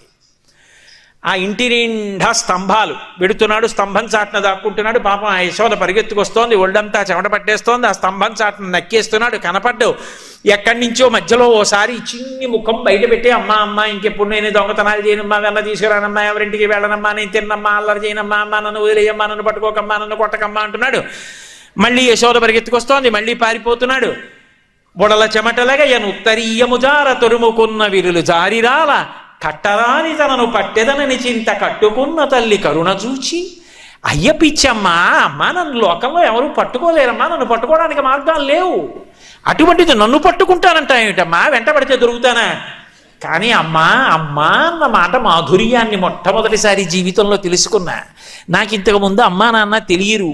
ఆయనకి అమ్మా నాన్న ఏమిటి? ఆయనే లోకమునకు తల్లి తండ్రి. త్వమేవ మాతా చ పితా త్వమేవ త్వమేవ బంధుశ్చ సఖా త్వమేవ త్వమేవ విద్యా ద్రోణం త్వమేవ త్వమేవ సర్వం మమ దేవదేవ. అటువంటి వాడు ఏ పాములెరుగక ఏ పారుమేటికి పశుల కాపరి ఇంట పాము కరిగే, ఏ కర్మయును లేక వెలయునొక్కడికి ని జాతకర్మంబులు సంభవించే, ఏ తల్లి చనుబాలు ఎన్నరెడుగని ప్రోఢ తల్లి యశోద చందుల పాలు త్రావనిరిగే, ఏ హాని వృద్ధుల నెరుగని బ్రహ్మంబు పొదివిటిలో నుద్ది పొందనుందే. ఇంతకుముందు అమ్మ ప్రేమ పాలు తెలియని వాడు మొట్టమొదటిసారి యశోద చందుల పాలు తాగాడు కదూ. అమ్మా అన్న మాటకున్న మాధుర్యం తెలుసుకున్నాడు. అయ్య పిచ్చమ్మ, ఒళ్ళంతా చెమట పట్టేసింది, పమిట జారిపోతోంది, కొప్పు ఊడిపోయింది, పువ్వులు రాలి కింద పడిపోతున్నాయి, అయినా నన్ను పట్టుకోవాలని పాపం వస్తోంది, ఇంత ఆయాసపడిపోతోంది, పిచ్చమ్మని నేను ఇంకా బాధ పెట్టలేనని అమ్మకి దొరికిపోయాడు. దొరికిపోతే గోడ పట్టుకుంది. అదృష్టం, కొడదామనుకున్నది కొట్టలేకపోయింది. ఆయన యొక్క సౌందర్యాన్ని చూసింది. భగవంతుని యొక్క సౌందర్యం అలా అంటే అలా ఉంటుంది. చంపేద్దామని వచ్చింది పూతన, ఇంకా ఈవిడ కొడదామనుకుంది అమ్మ ప్రేమతో. సిరిమమ్మం వ్రతకంగ చూచటుకొనై శృంగార వేషంబుతో నరుదేనోపునటంచు గోపికలు జిహ్వల్ రాక మోహించి అని పోతన గారు దశమస్కంధంలో చెప్పినట్టుగా గోపికలంతటి వాళ్ళు లక్ష్మీదేవి వస్తోందేమో అనుకున్నారు పూతన వస్తుంటే. ఆ పిల్లవాడి దగ్గరికి వెళ్ళి ఎత్తి దగ్గర పెట్టుకుని, నాచనుబాలొక గుక్కెడు ఓ చిన్ని కుమార త్రావు మొయ్యన పెదపన్ నీ చెలువ మెరుగవచ్చును నా చెలువము సఫలమగును నిన్నదలక్ష అంది. కాసిన పాలు తాగరా అబ్బాయి, చంపేస్తాను నిన్నప్పుడు తెలుస్తుంది నీ వికారం ఏమిటో అనుకుంది. కానీ ఆ చిన్ని కృష్ణుడి అందం చూసి పూతన కూడా పొంగిపోయింది. అటువంటిది కన్న తల్లి యశోద పొంగిపోతూ ఆ ఏడుస్తున్నాడు, అమ్మ నన్ను వదిలేయమ్మా, అమ్మ నన్ను వదిలేయమ్మా, ఇంకా దొంగతనాలకు వెళ్ళనమ్మా. చూసింది, నిన్ను కొట్టను కానీ ఒరే కట్టేస్తాను రాదు. ఎందుకని? అక్కడ అందరూ చూస్తున్నారు గోపకాంతలు, తన గొప్ప కదూ. ఏరా ఎవరికి దొరకవుట నిన్ను వాళ్ళు ఎవరు పట్టుకోలేకపోయారట. పట్టెదనది చలము కొనిన పట్టుట బట్టే పట్టుబడవండ్రు పట్టి పట్టుకొన నాకు కాక పరులకు వశమే. ఏమిట్రా నువ్వు ఎవరికి దొరకవుటి ఇలా చూపించింది గోపకాంతాలని. ఏం నాకు దొరకవా, చూసావా ఎలా పట్టుకున్నాను, ఇప్పుడు నిన్ను కొట్టను కానీ కట్టేస్తాను రై అంది. అని వదిలేసి తాడు తేవడానికి వెళ్ళింది అనుకోండి, ఇక మళ్ళీ దొరకడం. అందుకని అలాగే పట్టుకుంది. అబ్బాయి ఏమనుభవించిందండి యశోద. ఆ మోకాళ్ళ మీద కూర్చుని అమ్మకి చాలా కోపం వచ్చేసింది అనుకోండి, గౌరవించి మాట్లాడుతుంది కొడుకుని. ఏమండో కోటేశ్వరరావు గారు అందనుకోండి, అమ్మ కోపం వచ్చిందని గుర్తు. అమ్మలాతే కోటేశ్వరరావు గారు ఎందుకు అంటుంది? అందుకని వీరెవ్వరు శ్రీకృష్ణులు కారా, ఎన్నడును వెన్నయు ఇంచుకయ్యను తెలియరట, చోరత్వం ఇంచుకయ్యను నేరరట, దరిద్రిట్టిని ఎతులు కలరే. అబ్బా మీరు శ్రీకృష్ణుల వారా, పాపం మీకు దొంగతనాలు తెలియవే, వెన్న ఎప్పుడు తినలేదే, తీసిన వెన్నంతా నేనే దాచుకుంటున్నానే, నీకు ఎప్పుడన్నా పిడితే కదూ అని ఇన్ని మాటలు చెప్పి ఆ పిల్లాన్ని చేత్తో పట్టుకుని, తజ్జనని లోగిటంగల రజ్జు పరంపరల శిశు కట్టన్ ఆ బొజ్జ తిరిగిరాదయ్యే జగజ్జాలములున్న బొజ్జ కట్టంతరమే. వెడుతోంది ఆ కవ్వానికి తిప్పడానికి ఉపయోగించి పక్కన పడేసిన నలిగిపోయిన తాడు తీస్తోంది, తీసుకొస్తోంది, బొజ్జ చుట్టూ తిప్పుతోంది, 2 అంగుళాలు తక్కువ వస్తోంది, మళ్ళీ వెడుతోంది, ఇంకో తాడు తీస్తోంది, వదిలేసింది అనుకోండి పారిపోతాడు. 2 తాళ్ళు ముడియాలి ఎలా. అందుకని ఆ పిల్లాన్ని ఇలా నడుం చుట్టూ, ఇది కృష్ణుడైతే ఇలా నడుం చుట్టూ చెయ్యేసి 2 ముడేసి మళ్ళీ బొజ్జ చుట్టూ తిప్పుతోంది, మళ్ళీ 2 అంగుళాలు తక్కువ వస్తోంది, మళ్ళీ ఎంత గొప్ప కొడుకురా నాయనా, నా అదృష్టం కొద్దీ పుట్టావురా అంటోంది, మళ్ళీ వెడుతోంది, మళ్ళీ తాడు చేస్తోంది, మళ్ళీ ముడేస్తోంది, మళ్ళీ పొట్ట చుట్టూ తిప్పుతోంది, మళ్ళీ 2 అంగుళాలు తక్కువ వస్తోంది. అయ్యో ఇన్ని తాళ్ళు ముడేసినా తక్కువైపోతుంది ఏమిటి, పొట్ట కట్టలేకపోతున్నాను ఏమిటని మరిచిపోయి. అంటే భగవంతుణ్ణి కడతానని కానీ భగవంతుణ్ణి కట్టడానికి ఓ సాధనం ఉందని కానీ అనుకుంటే 2 ముళ్ళు ఉండవు. ఎవరు దాన్ని, ఆ తాడు సరిపోదు, ఆయన లొంగాలి. అందుకే అయ్య పిచ్చమ్మా నన్నెవరూ పట్టుకోలేరమ్మా, నన్నెవరూ కట్టలేరమ్మా, కట్టేస్తానని వెంటపడ్డావు. అమ్మతనానికి పట్టాభిషేకం చేస్తున్నా, దొరికిపోతున్నానమ్మా అన్నాడు. వేసేసింది ముడి. చిక్కడు శిరికౌగిటిలో చిక్కడు సనకాది యోగి చిత్తాబ్జములను చిక్కడు శృతిలతి కావళి చిక్కెనతడు లీల తల్లి చేతన్ రోలన్. ఆయన సిరి కౌగిటిలో చిక్కడు. లక్ష్మీదేవి అంతటిది కౌగిలించుకుందామంటే చిక్కనటువంటి వాడు. చిక్కడు సిరికౌగిటిలో చిక్కడు సనకాది యోగి చిత్తాబ్జములన్, సనకాది యోగుల యొక్క మనస్సులలో దొరకనటువంటి వాడు. చిక్కడు శృతిలతి కావళి, వేదమంత్రముల చేత దొరకని వాడు. చిక్కెనతడు లీల తల్లి చేతన్ రోలన్, అమాయకురాలైనటువంటి ఒక గోపిక చేతికి దొరికిపోయాడు అమ్మతనానికి. పట్టుకెళ్ళి రోలుకేసి కట్టేసి. మత్సలేని పరమాత్మ భక్తికి పట్టాభిషేకం చేయడానికి ఆ రోలుని ఈడుస్తూ పాకడంలో ఆ తాడు గట్టిగా ఒరుసుకుని, దామ్నా ఉదరే మాత్రా బద్ధ ఇది దామోదర, ఆ తాడు నడువుకి ఒరుసుకుపోతే నడుం చుట్టూ నల్లగా మచ్చపడింది. అలా మచ్చపడితే మచ్చగలిగిన వాడు కాబట్టి దామోదరుడు అయ్యాడు. అంటే భక్తికి లొంగిపోతాను. మౌనులచే జ్ఞానులచే యోగులచే దాన సంవిధానులచే తన్ పూని నిబద్ధుండగునే పురుషోత్తముడు భక్తియుతుల చేతన్ బోలన్, భక్తుల చేతికి చిక్కినట్టుగా మౌనులకు జ్ఞానులకు యోగులకు దానం చేసేటటువంటి వాళ్ళకి కూడా ఆయన లొంగడు సుమ అని చెప్పడానికి ఒకనాడు ఒక ఆజ్ఞురాలైనటువంటి గోపిక చేతికి దొరికిపోయాడు. అలా తాటి చేత కట్టబడి నడుం చుట్టూ ఉరుసుకుపోయినటువంటి వాడున్నాడే ఆయన దామోదరుడు. అంటే భక్తికి లొంగిపోతాడు. ఒక దీపం పెడితేనే అంత శక్తినిస్తాడా అండి? తులసి దగ్గరికి వెళ్ళి గోవిందా అంటే అంత అనుగ్రహించేస్తాడా అండి? కార్తీక మాసంలో ఉసిరి చెట్టు దగ్గరికి వెళ్ళి శ్లోకం చెప్తే అలా అనుగ్రహం వస్తుందా అండి? అంటావేమో. నీ గుండెలలో భక్తి ఉండాలి. కానీ తాటి చేత కట్టబడి మత్సలేని వాడు, మత్స పొందినటువంటి దామోదరుడు అధిపతిగా ఉన్నటువంటి మాసం కార్తీక మాసం. ఆయనకి నీ గుండెలలో భక్తిని చూసి అనుగ్రహించడం అలవాటు. అందుకే ఆ యోగ నిద్ర చాలించి ఈ కార్తీక మాసంలో నిద్రలేస్తాడు. నీ గుండెలలో భక్తి ఉండాలి తప్ప ఆయన నీ వెంట పరిగెడతాడు, పరవశించిపోతాడు. అందుకే దామోదరుడు అధిపతి అయ్యాడు. అలాగే త్రయంబకుడు పరమశివుడు అంతే. మహానుభావుడు మత్సలేనివాడు, మత్స తెచ్చుకున్నాడు. ఆయనకి నిజంగా మత్స అవసరమా?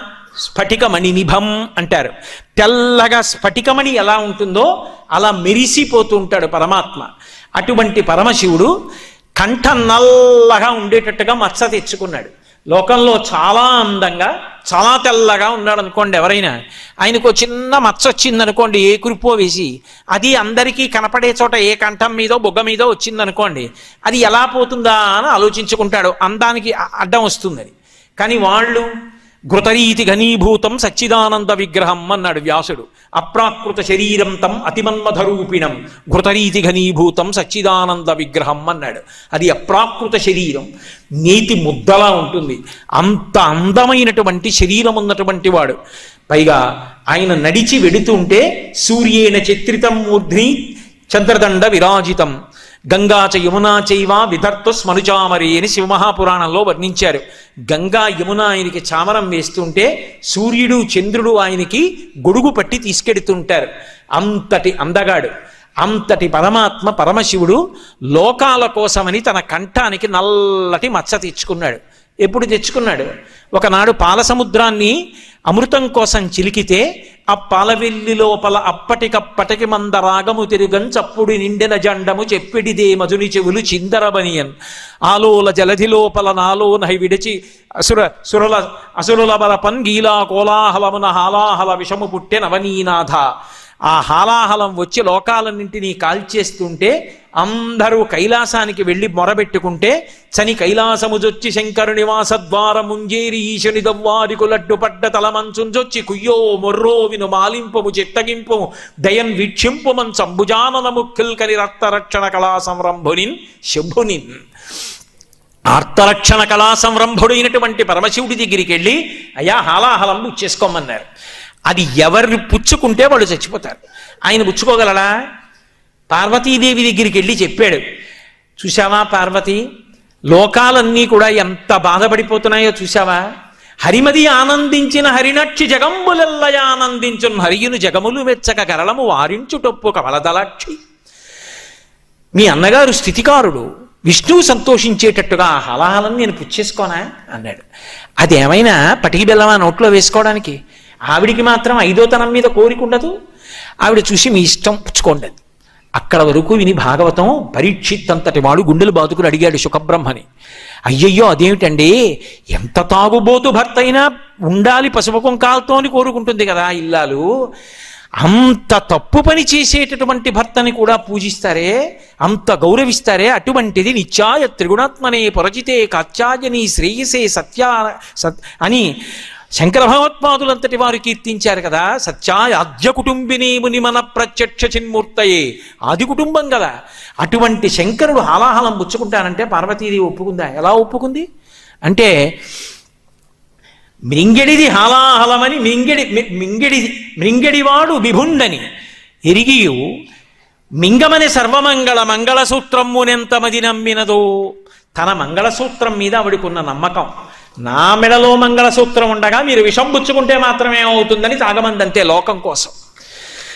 అప్పుడు అందరూ హాలాహలాన్ని చూసి భయపడుతుంటే ఒక్క శంకరుడు మాత్రం మహానుభావుడు గబగబా బయలుదేరి తన చుట్టూంచుల సంఘముల్ జయ జయధ్వానంబులన్ బొబ్బిడం ఘనగంభీర రవంబుతో శివుడు లోకద్రోహి హుంపోకు రమ్మని కింగేలత మల్చి కూర్చి కడిగా నంకించి జంబూపలంబన సర్వంకషము మహావిషము నాహారించి హెలాగతిన్ కదలంబారవు పాప పేరు వడలన్ ఘర్మాంబుజాలంబు పుట్టదు నేత్రంబులు నెర్రబారవు నిజ జూటాచంద్రుడున్ కందడున్ వదనాంభోజము వాడదా విషమునాహ్వానించుచో డాయిచో పదిలంబై కడిచేయిచో దిగుచుచో భక్షించుచో మృంగుచోన్. ఎదురెళ్ళి ఆ హాలాహలాన్ని చేత్తో పట్టుకున్నప్పుడు కానీ, ముద్ద చేసినప్పుడు కానీ, నోట్లో పెట్టుకున్నప్పుడు కానీ చల్లని చందమామ వేడిక్కిపోలేదు, ఓ పిల్లపాము కూడా జారి కింద పడిపోలేదు, వేడిక్కి ఒంటి మీద పొక్కెక్కలేదు. హాలాహలాన్ని తీసి నోట్లో పెట్టుకున్నాడు. ఉదరము లోకంబులకును సదనంబకుటెరిగి శివుడు చటుల విషాగ్నిన్ కుదురుకొనే కంఠబిలమున పదిలంబుగా నిలిపి సూక్ష్మ ఫలరసము క్రియన్. మింగేస్తే కడుపులో ఉన్న లోకాలు పోతాయి, బయటికి వదిలేస్తే పైలోకాలు పోతాయని మింగకుండా బయటికి వదలకుండా కంఠంలో పెట్టుకుని ఉంచుకున్నాడు. నిజంగా మింగకుండా వదలకుండా కంఠంలో పెట్టుకోవడం ఎంత కష్టం. హాలాహలాన్ని కంఠంలో పెట్టుకున్నందుకు మత్సలేని శంకరుడి యొక్క కంఠం నల్లబడి గరళకంఠుడు శ్రీకంఠుడయ్యాడు. లోకం కోసం నిందబడి మత్స పొందినటువంటి వాళ్ళు మహాత్ములవుతారు తప్ప వచ్చినది వాళ్ళకి మత్స కాదు అని నిరూపించాడు శంకరుడు. అందుకే మత్స పొంది దామోదరుడయ్యారు శ్రీ మహావిష్ణువు, మత్స పొంది శ్రీకంఠుడయ్యాడు పరమశివుడు. కానీ ఆ మత్సలు వాళ్ళ జీవితానికి తెచ్చినటువంటి అపనిందలు కావు. వాళ్ళ జీవితాలు లోకం కోసం ఎంతగా ఉపయోగపడ్డాయో తెలియ చెప్పినటువంటి సాక్ష్యాలు. అందుకే ఆ శివుడు ఆ కేశవుడు ఇద్దరు కాదు, ఉన్నది ఒక్క పదార్థం. ఒకనాడు శివుడిగా ఒకనాడు విష్ణువుగా కనపడుతుంది. కాబట్టి ఎవ్వడు సృజించు ప్రాణుల ఎవ్వడు రక్షించు త్రుంచు ఎవ్వడు అనంతుండెవ్వడు విభుడెవ్వడు వాడి విధమున మనుచు వెనుచు హేలారతుడై. ఆ ఒక్కడే సృష్టి చేస్తున్నాడు, స్థితి చేస్తున్నాడు, ప్రళయం చేస్తున్నాడు. ఆ ఉన్న ఒక్క పదార్థమే ఇన్ని చేస్తోంది. దాన్ని నేను శివ అని అభిషేకం చేస్తాను, దాన్నే నేను హే కేశవా అని పరమ ప్రీతితో ఆరాధన చేస్తాను తులసితోటి. అక్కడైతే వామదేవ, ఇక్కడైతే వాసుదేవ, ఒక్క అక్షరం తేడా. అక్కడైతే తులసి దళం, ఇక్కడైతే మారేడు దళం, అంతే తేడా తప్ప తత్వతః మాత్రం రెండూ ఒక్కటే. ఇది నిరూపించేటటువంటి మాసం కార్తీక మాసం. అందుకే కార్తీక మాసంలో ఇక్కడ అక్కడ అని భేదం ఉండదు. శివాలయంలో కానీ, విష్ణువాలయంలో కానీ, అంబికాలయంలో కానీ, గోశాలలో కానీ, మఠ ప్రాంగణంలో కానీ ఎక్కడైనా సరే దీపాన్ని వెలిగించి లోకాన్నంతటినీ కూడా అనుగ్రహింప చేయడానికి, తాను తరించడానికి మార్గాన్ని సుగమం చేసుకుంటారు. కార్తీక మాసంలో ఎన్నో దానాలు చేస్తూ ఉంటారు. కానీ ప్రత్యేకంగా చెప్పబడినటువంటి దానం, తప్పకుండా చేసి తీరవలసిన దానంగా చెప్పబడినది ఏది అంటే దీపదానం. అందున ప్రత్యేకించి ఈ కృష్ణపక్షంలో వచ్చేటటువంటి త్రయోదశి తిథి ఏది ఉందో ఆ త్రయోదశి తిథి దీపదానం చెయ్యడానికి అత్యంత ప్రధానమైనటువంటి తిథిగా కీర్తింపబడింది. ఇవాళ సప్తమి. ఈ సప్తమి నాడు కార్తీక వైభవాన్ని విన్నా, శివకేశవుల యొక్క వైభవాన్ని విన్నా, కార్తీక మాసం యొక్క మహాత్మ్యం గురించి తెలుసుకున్నా తత్కారణం చేత అనుకూల దాంపత్యం సిద్ధిస్తుంది అని చెప్తారు.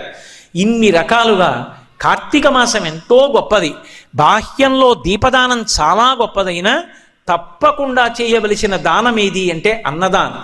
ఎందుకని అంటే మిగిలిన దానం మీరు ఏది చెయ్యండి, అవతల వారు తృప్తిని పొందారు అని చెప్పడం చాలా కష్టం. 10,000 రూపాయలు పట్టుకెళ్ళి నేను ఒకరికి ఇచ్చాననుకోండి, ఆయన మహాత్ముడు సంతోషం పొందొచ్చు, అందరూ పొందరని నేను అంటలేదు. కానీ 10,000 రూపాయలే ఇచ్చారే, ఇంకొక 10,000 రూపాయలు ఉంటే నా ఫలానా అవసరం తీరినే అనొచ్చు. లేదా 10,000 రూపాయలు వచ్చిన కారణం చేత 20,000 రూపాయల కోరిక కొత్తది మనసులో పుట్టచ్చు. కాబట్టి తృప్తి పొందుతారు అని చెప్పడం సాధ్యం కాదు. బంగారం ఎంత ఇస్తే తృప్తి పొందుతారు?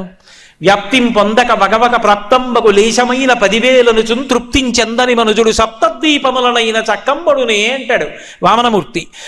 వామనమూర్తి ఘట్టంలో బలిచక్రవర్తి, ఆ ఘట్టంలో వామనమూర్తి అంటాడు బలిచక్రవర్తితో, అసలు తృప్తి అనేది లోపల ఉండాలి, లేనప్పుడు సప్తద్వీపాలు పట్టుకొచ్చి ఇచ్చేసినా కూడా ఇంకా నాకేదో ఇవ్వలేదంటాడు తప్ప నాకు ఇచ్చాడని తృప్తి పొందుతాడా? తృప్తి లోపల ఉండాలి.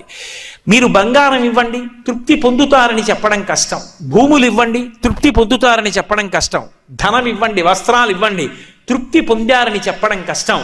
కానీ దేని చేత తృప్తి తెలుస్తుంది మీకు అంటే అన్నదానమునందు తెలుస్తుంది. పైగా అర్హతని ఆలోచించడానికి దానికి పెద్ద శాస్త్ర పరిజ్ఞానం అక్కర్లేదు. ఈయనకి ఇది ఇవ్వచ్చా ఇవ్వకూడదా అని ఆలోచించడానికి పెద్ద శాస్త్రంతో పని లేదు. ఆయన ఆకలితో ఉన్నాడా అదొక్కటే. ఆ ఆకలి కొన్న వేళ అతన్ని తీసుకొచ్చి కూర్చోపెట్టి అన్నం పెట్టారనుకోండి, ఆయన కడుపు నిండా అన్నం తిని బ్రేవ్ మనొక్క త్రేణుపు తేంచాడనుకోండి, పూజామందిరంలో ఉన్నటువంటి భగవన్మూర్తులన్నీ సంతోషిస్తాయిట. ఆయన వెళ్ళిపోతూ కాళ్ళు కడుక్కుని వెళ్ళిపోయాడు అనుకోండి, ఒక్క అతిథి ఇంటికి వచ్చినవాడు అతిథి కిల పూజార్హ ప్రకృతోపి విజానత అంటారు సుందరకాండలో. ఏమీ తెలియనటువంటి అతిథి వచ్చి కాళ్ళు కడిగి వెడితేనే అంత గొప్ప. ఇక భగవంతుణ్ణి నమ్ముకున్నవాడు వచ్చి కాళ్ళు కడిగితే, అన్నం తిన్న తర్వాత కాళ్ళు కడుక్కుని వెళ్ళాలి. ఆ అన్నం తిన్న తర్వాత కాళ్ళు కడుక్కుని వెళ్ళిపోయాడు అనుకోండి, ఆయన కాళ్ళు కడుక్కుని వెళ్ళిపోయినటువంటి నీళ్ల క్షమాయింపు చూస్తారట దేవతలు. నన్ను నమ్ముకున్నవాడొకడు ఈ ఇంట తృప్తి పొందాడు. అన్నం తిన్న కారణం చేత ఇంద్రియములు శక్తి పొందుతాయి, అన్నం తిన్న కారణం చేత ప్రాణములు నిలబడతాయి, అన్నం తిన్న కారణం చేత నిద్ర పొంది అది సమాధి స్థితి అయి ఆనందాన్ని అనుభవిస్తాడు. అన్నం తిన్న కారణం చేత ఆరోగ్యం ఉంటుంది. ఒక వ్యక్తి అన్నం తిని ఆ అన్నం వలన వచ్చిన శక్తి చేత 10 మందికి పనికొచ్చే ఒక మంచి పని చేశాడు అనుకోండి, అన్నం పెట్టిన వాడికి కూడా అందులో ఫలితం పెడుతుంది. ఒక్క అన్నదానం చేస్తే అవతలవాడు తృప్తి పొందేటట్టుగా నువ్వు దానం చేశావని ఖాతాలో పడుతుంది. 2, అన్నదానం చేసిన వాడు ప్రాణములను నిలబెట్టాడు, అన్నదానం చేసిన వాడు అవతల వాడికి సమాధి స్థితి కల్పించాడు. ఎందుకంటే అన్నం లేని నిద్ర కలగదు. కడుపు ఖాళీగా ఉందనుకోండి నిద్ర పట్టదు, అన్నం కడుపు నిండా తిన్నాడనుకోండి నిద్ర పడుతుంది. గాఢ నిద్ర పొందాడనుకోండి అది సమాధి స్థితి. అందుకే గాఢ నిద్రలో ఉన్న వాళ్ళని నిద్ర లేపేటప్పుడు భగవత్ సంబంధం చెప్పకుండా నిద్ర లేపకూడదు. సూర్యోదయం అవుతోంది నిద్ర లేవండనో, సంధ్యావందనానికి సమయం అవుతోంది నిద్ర లేవండనో, భగవత్ కార్యం చెయ్యాలి కదా నిద్ర లేవండనో, భగవత్ సంబంధం చెప్పాలి తప్ప భగవత్ సంబంధం చెప్పకుండా నిద్ర లేపకూడదు.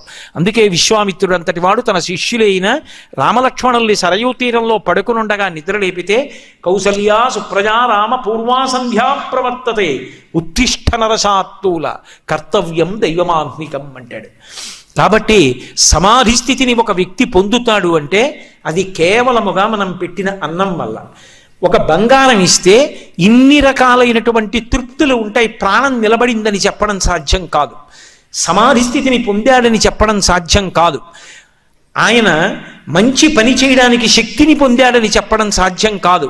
కానీ పెట్టిన అన్నాన్ని, ఆ అన్నం వలన పొందినటువంటి తృప్తిని చూసి దేవతలు ఇన్ని రకాలైనటువంటి పనులు చేశాడు అని చెప్పి ఆ జీవుడి యొక్క ఖాతాలో వేస్తారు.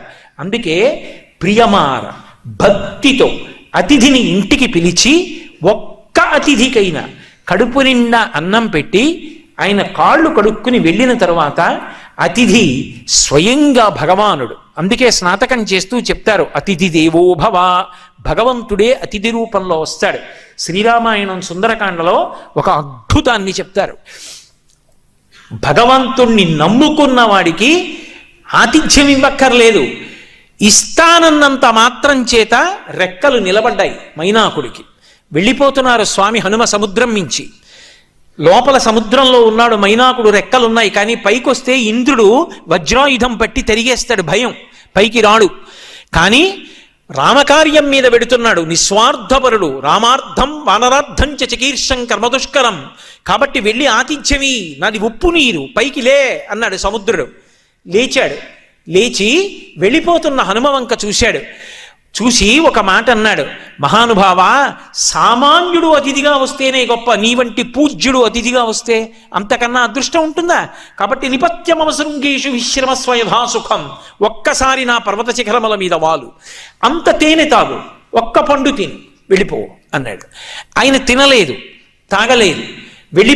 వెళ్ళిపోతూ ఆగకుండా ఒక్కసారి ఇలా చేత్తో ముట్టుకున్నారు. ముట్టుకుని ఒక మాట చెప్పారు, నేను ఆగడం కుదరదు. ప్రీతోస్మి కృతమాతిథ్యం మంజురేషోపనీయతాం తరతే కార్యకాలో మే అహస్యాప్యతివర్తతే ప్రతిజ్ఞాత మయా దత్తానస్తాతవ్యమిహాంతరే. నేను రామబాణం వెళ్ళినట్టుగా పెడతానన్నాను, కాబట్టి ఆగడం కుదరదు. నువ్వు ఆతిథ్యం ఇచ్చినట్టే. ఒక్కసారి ఇలా ముట్టుకుని వెళ్ళిపోయారు. రామకార్యం మీద వెడుతున్నవాడు హనుమకి ఆతిథ్యం ఇవ్వడానికి పైకొచ్చాడు మైనాకుడు, ఇవ్వలేదు. హనుమ వెళ్ళిపోయారు. ఇంద్రుడు వచ్చాడు, రెక్కలు తరిగేస్తాడనుకున్నాడు. ఇంద్రుడు అన్నాడు, నువ్వు రామకార్యం మీద పెడుతున్న వాడికి ఆతిథ్యం ఇవ్వడానికి సిద్ధపడ్డావు, పుచ్చుకున్నాడా లేదా పక్క మాట, నువ్వు ఆతిథ్యం ఇవ్వడానికి సిద్ధపడ్డావు కాబట్టి నీ రెక్కలు తరగను, క్షేమంగా ఉండన్నాడు. ఒకనాడు సంపాతి మాట సాయం చేశాడు, కాలిపోయిన రెక్కలు వచ్చాయి. అతిథి దేవోభవ అభ్యాగతి స్వయం విష్ణు. మనం పిలవకుండా ఎవరైనా ఇంటికి వచ్చారనుకోండి, మన అదృష్టం. అందున ఆయన భగవద్భక్తుడు అనుకోండి, పరమేశ్వరుణ్ణి నమ్ముకున్నవాడు అనుకోండి, ఈశ్వర కార్యంలో ఉన్నవాడు అనుకోండి, జన్మ పండిందని గుర్తు. కాబట్టి ఇటువంటి మాసంలో మనందరం కూడా ఆ మాస కాలాన్ని సద్వినియోగం చేసుకోవడానికి నెల పర్యంతంలో ఒక్కసారి ఒక అతిథిని పిలిచి అన్నం పెట్టాలి. అన్నం పెట్టి ఆయన కడుపు నిండా తిని త్రేంచి సంతోషంగా వెళ్ళిపోతే అది సాక్షాత్తు పరమేశ్వరుడి యొక్క ఉచ్ఛిష్టం. ఆ అన్నం తిన్నవాడెవడో వాడు అదృష్టాన్ని పొందుతాడు. అందుకే మిగిలిన దానములన్నీ చెయ్యగలిగితే చెయ్యవచ్చు, చేసినా చేయలేకపోయినా కనీసం మనకున్న దాంట్లో ఎవరో ఒక అతిథికి పెట్టడం అనేటటువంటిది ఈ మాసంలో కాలాన్ని సద్వినియోగం చేసుకుని భగవంతుని యొక్క అనుగ్రహాన్ని పొందడానికి అత్యంత ఉపయుక్తమైనటువంటి విశేషం.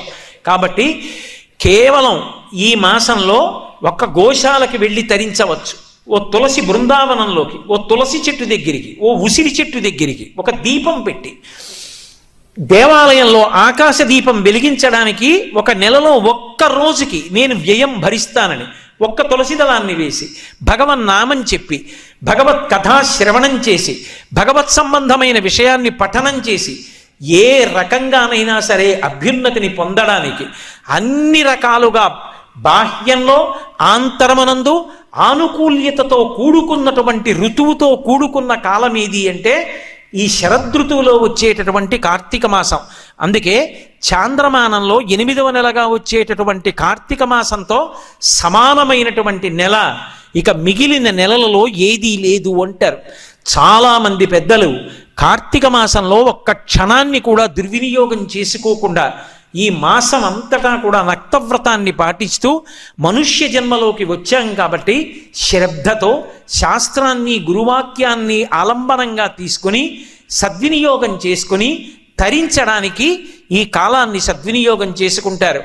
మనందరం కూడా కార్తీక మాసాన్ని అన్ని విధాలా సద్వినియోగం చేసుకోవడానికి కావలసినటువంటి ఆ బుద్ధి ప్రచోదనాన్ని పరమేశ్వరుడు మనకిచ్చి చక్కగా భగవదారాధనలో సమాజమునందు ఈశ్వరుణ్ణి చూస్తూ సమాజాన్ని ఆరాధించడంలో మనం కృతకృత్యులమై ఆ పరమాత్మ యొక్క అనుగ్రహానికి పాత్రులమై ఏ విధమైనటువంటి ఉపద్రవములు లేకుండా అందరూ సంతోషంగా బ్రతకగలిగినటువంటి స్థితి కలగడానికి కావలసినటువంటి అధ్యవసాయముతో కూడుకున్నటువంటి బుద్ధితో కూడిన కర్మాచరణము చేత మిగిలిన వారికి మార్గదర్శనం చేస్తూ మనం తరించడానికి కావలసినటువంటి కర్మానుష్ఠానము చేసదముగాక అని సంకల్పం చేసుకుంటూ భగవంతుడు దానికి అన్ని విధాలుగా మనకి అనుగ్రహాన్ని కటాక్షించాలి అని చెప్పి ఆయన పాదార విందములకు సాంజలి వందకంగా నమస్కరిస్తూ మీ అందరూ కూడా ఇంతసేపు కార్తీక వైభవాన్ని, యథార్థానికి కార్తీక మాసంలో శుక్లపక్షం వెళ్ళిపోయి కృష్ణపక్షంలో సప్తమి తిథి వచ్చేసింది,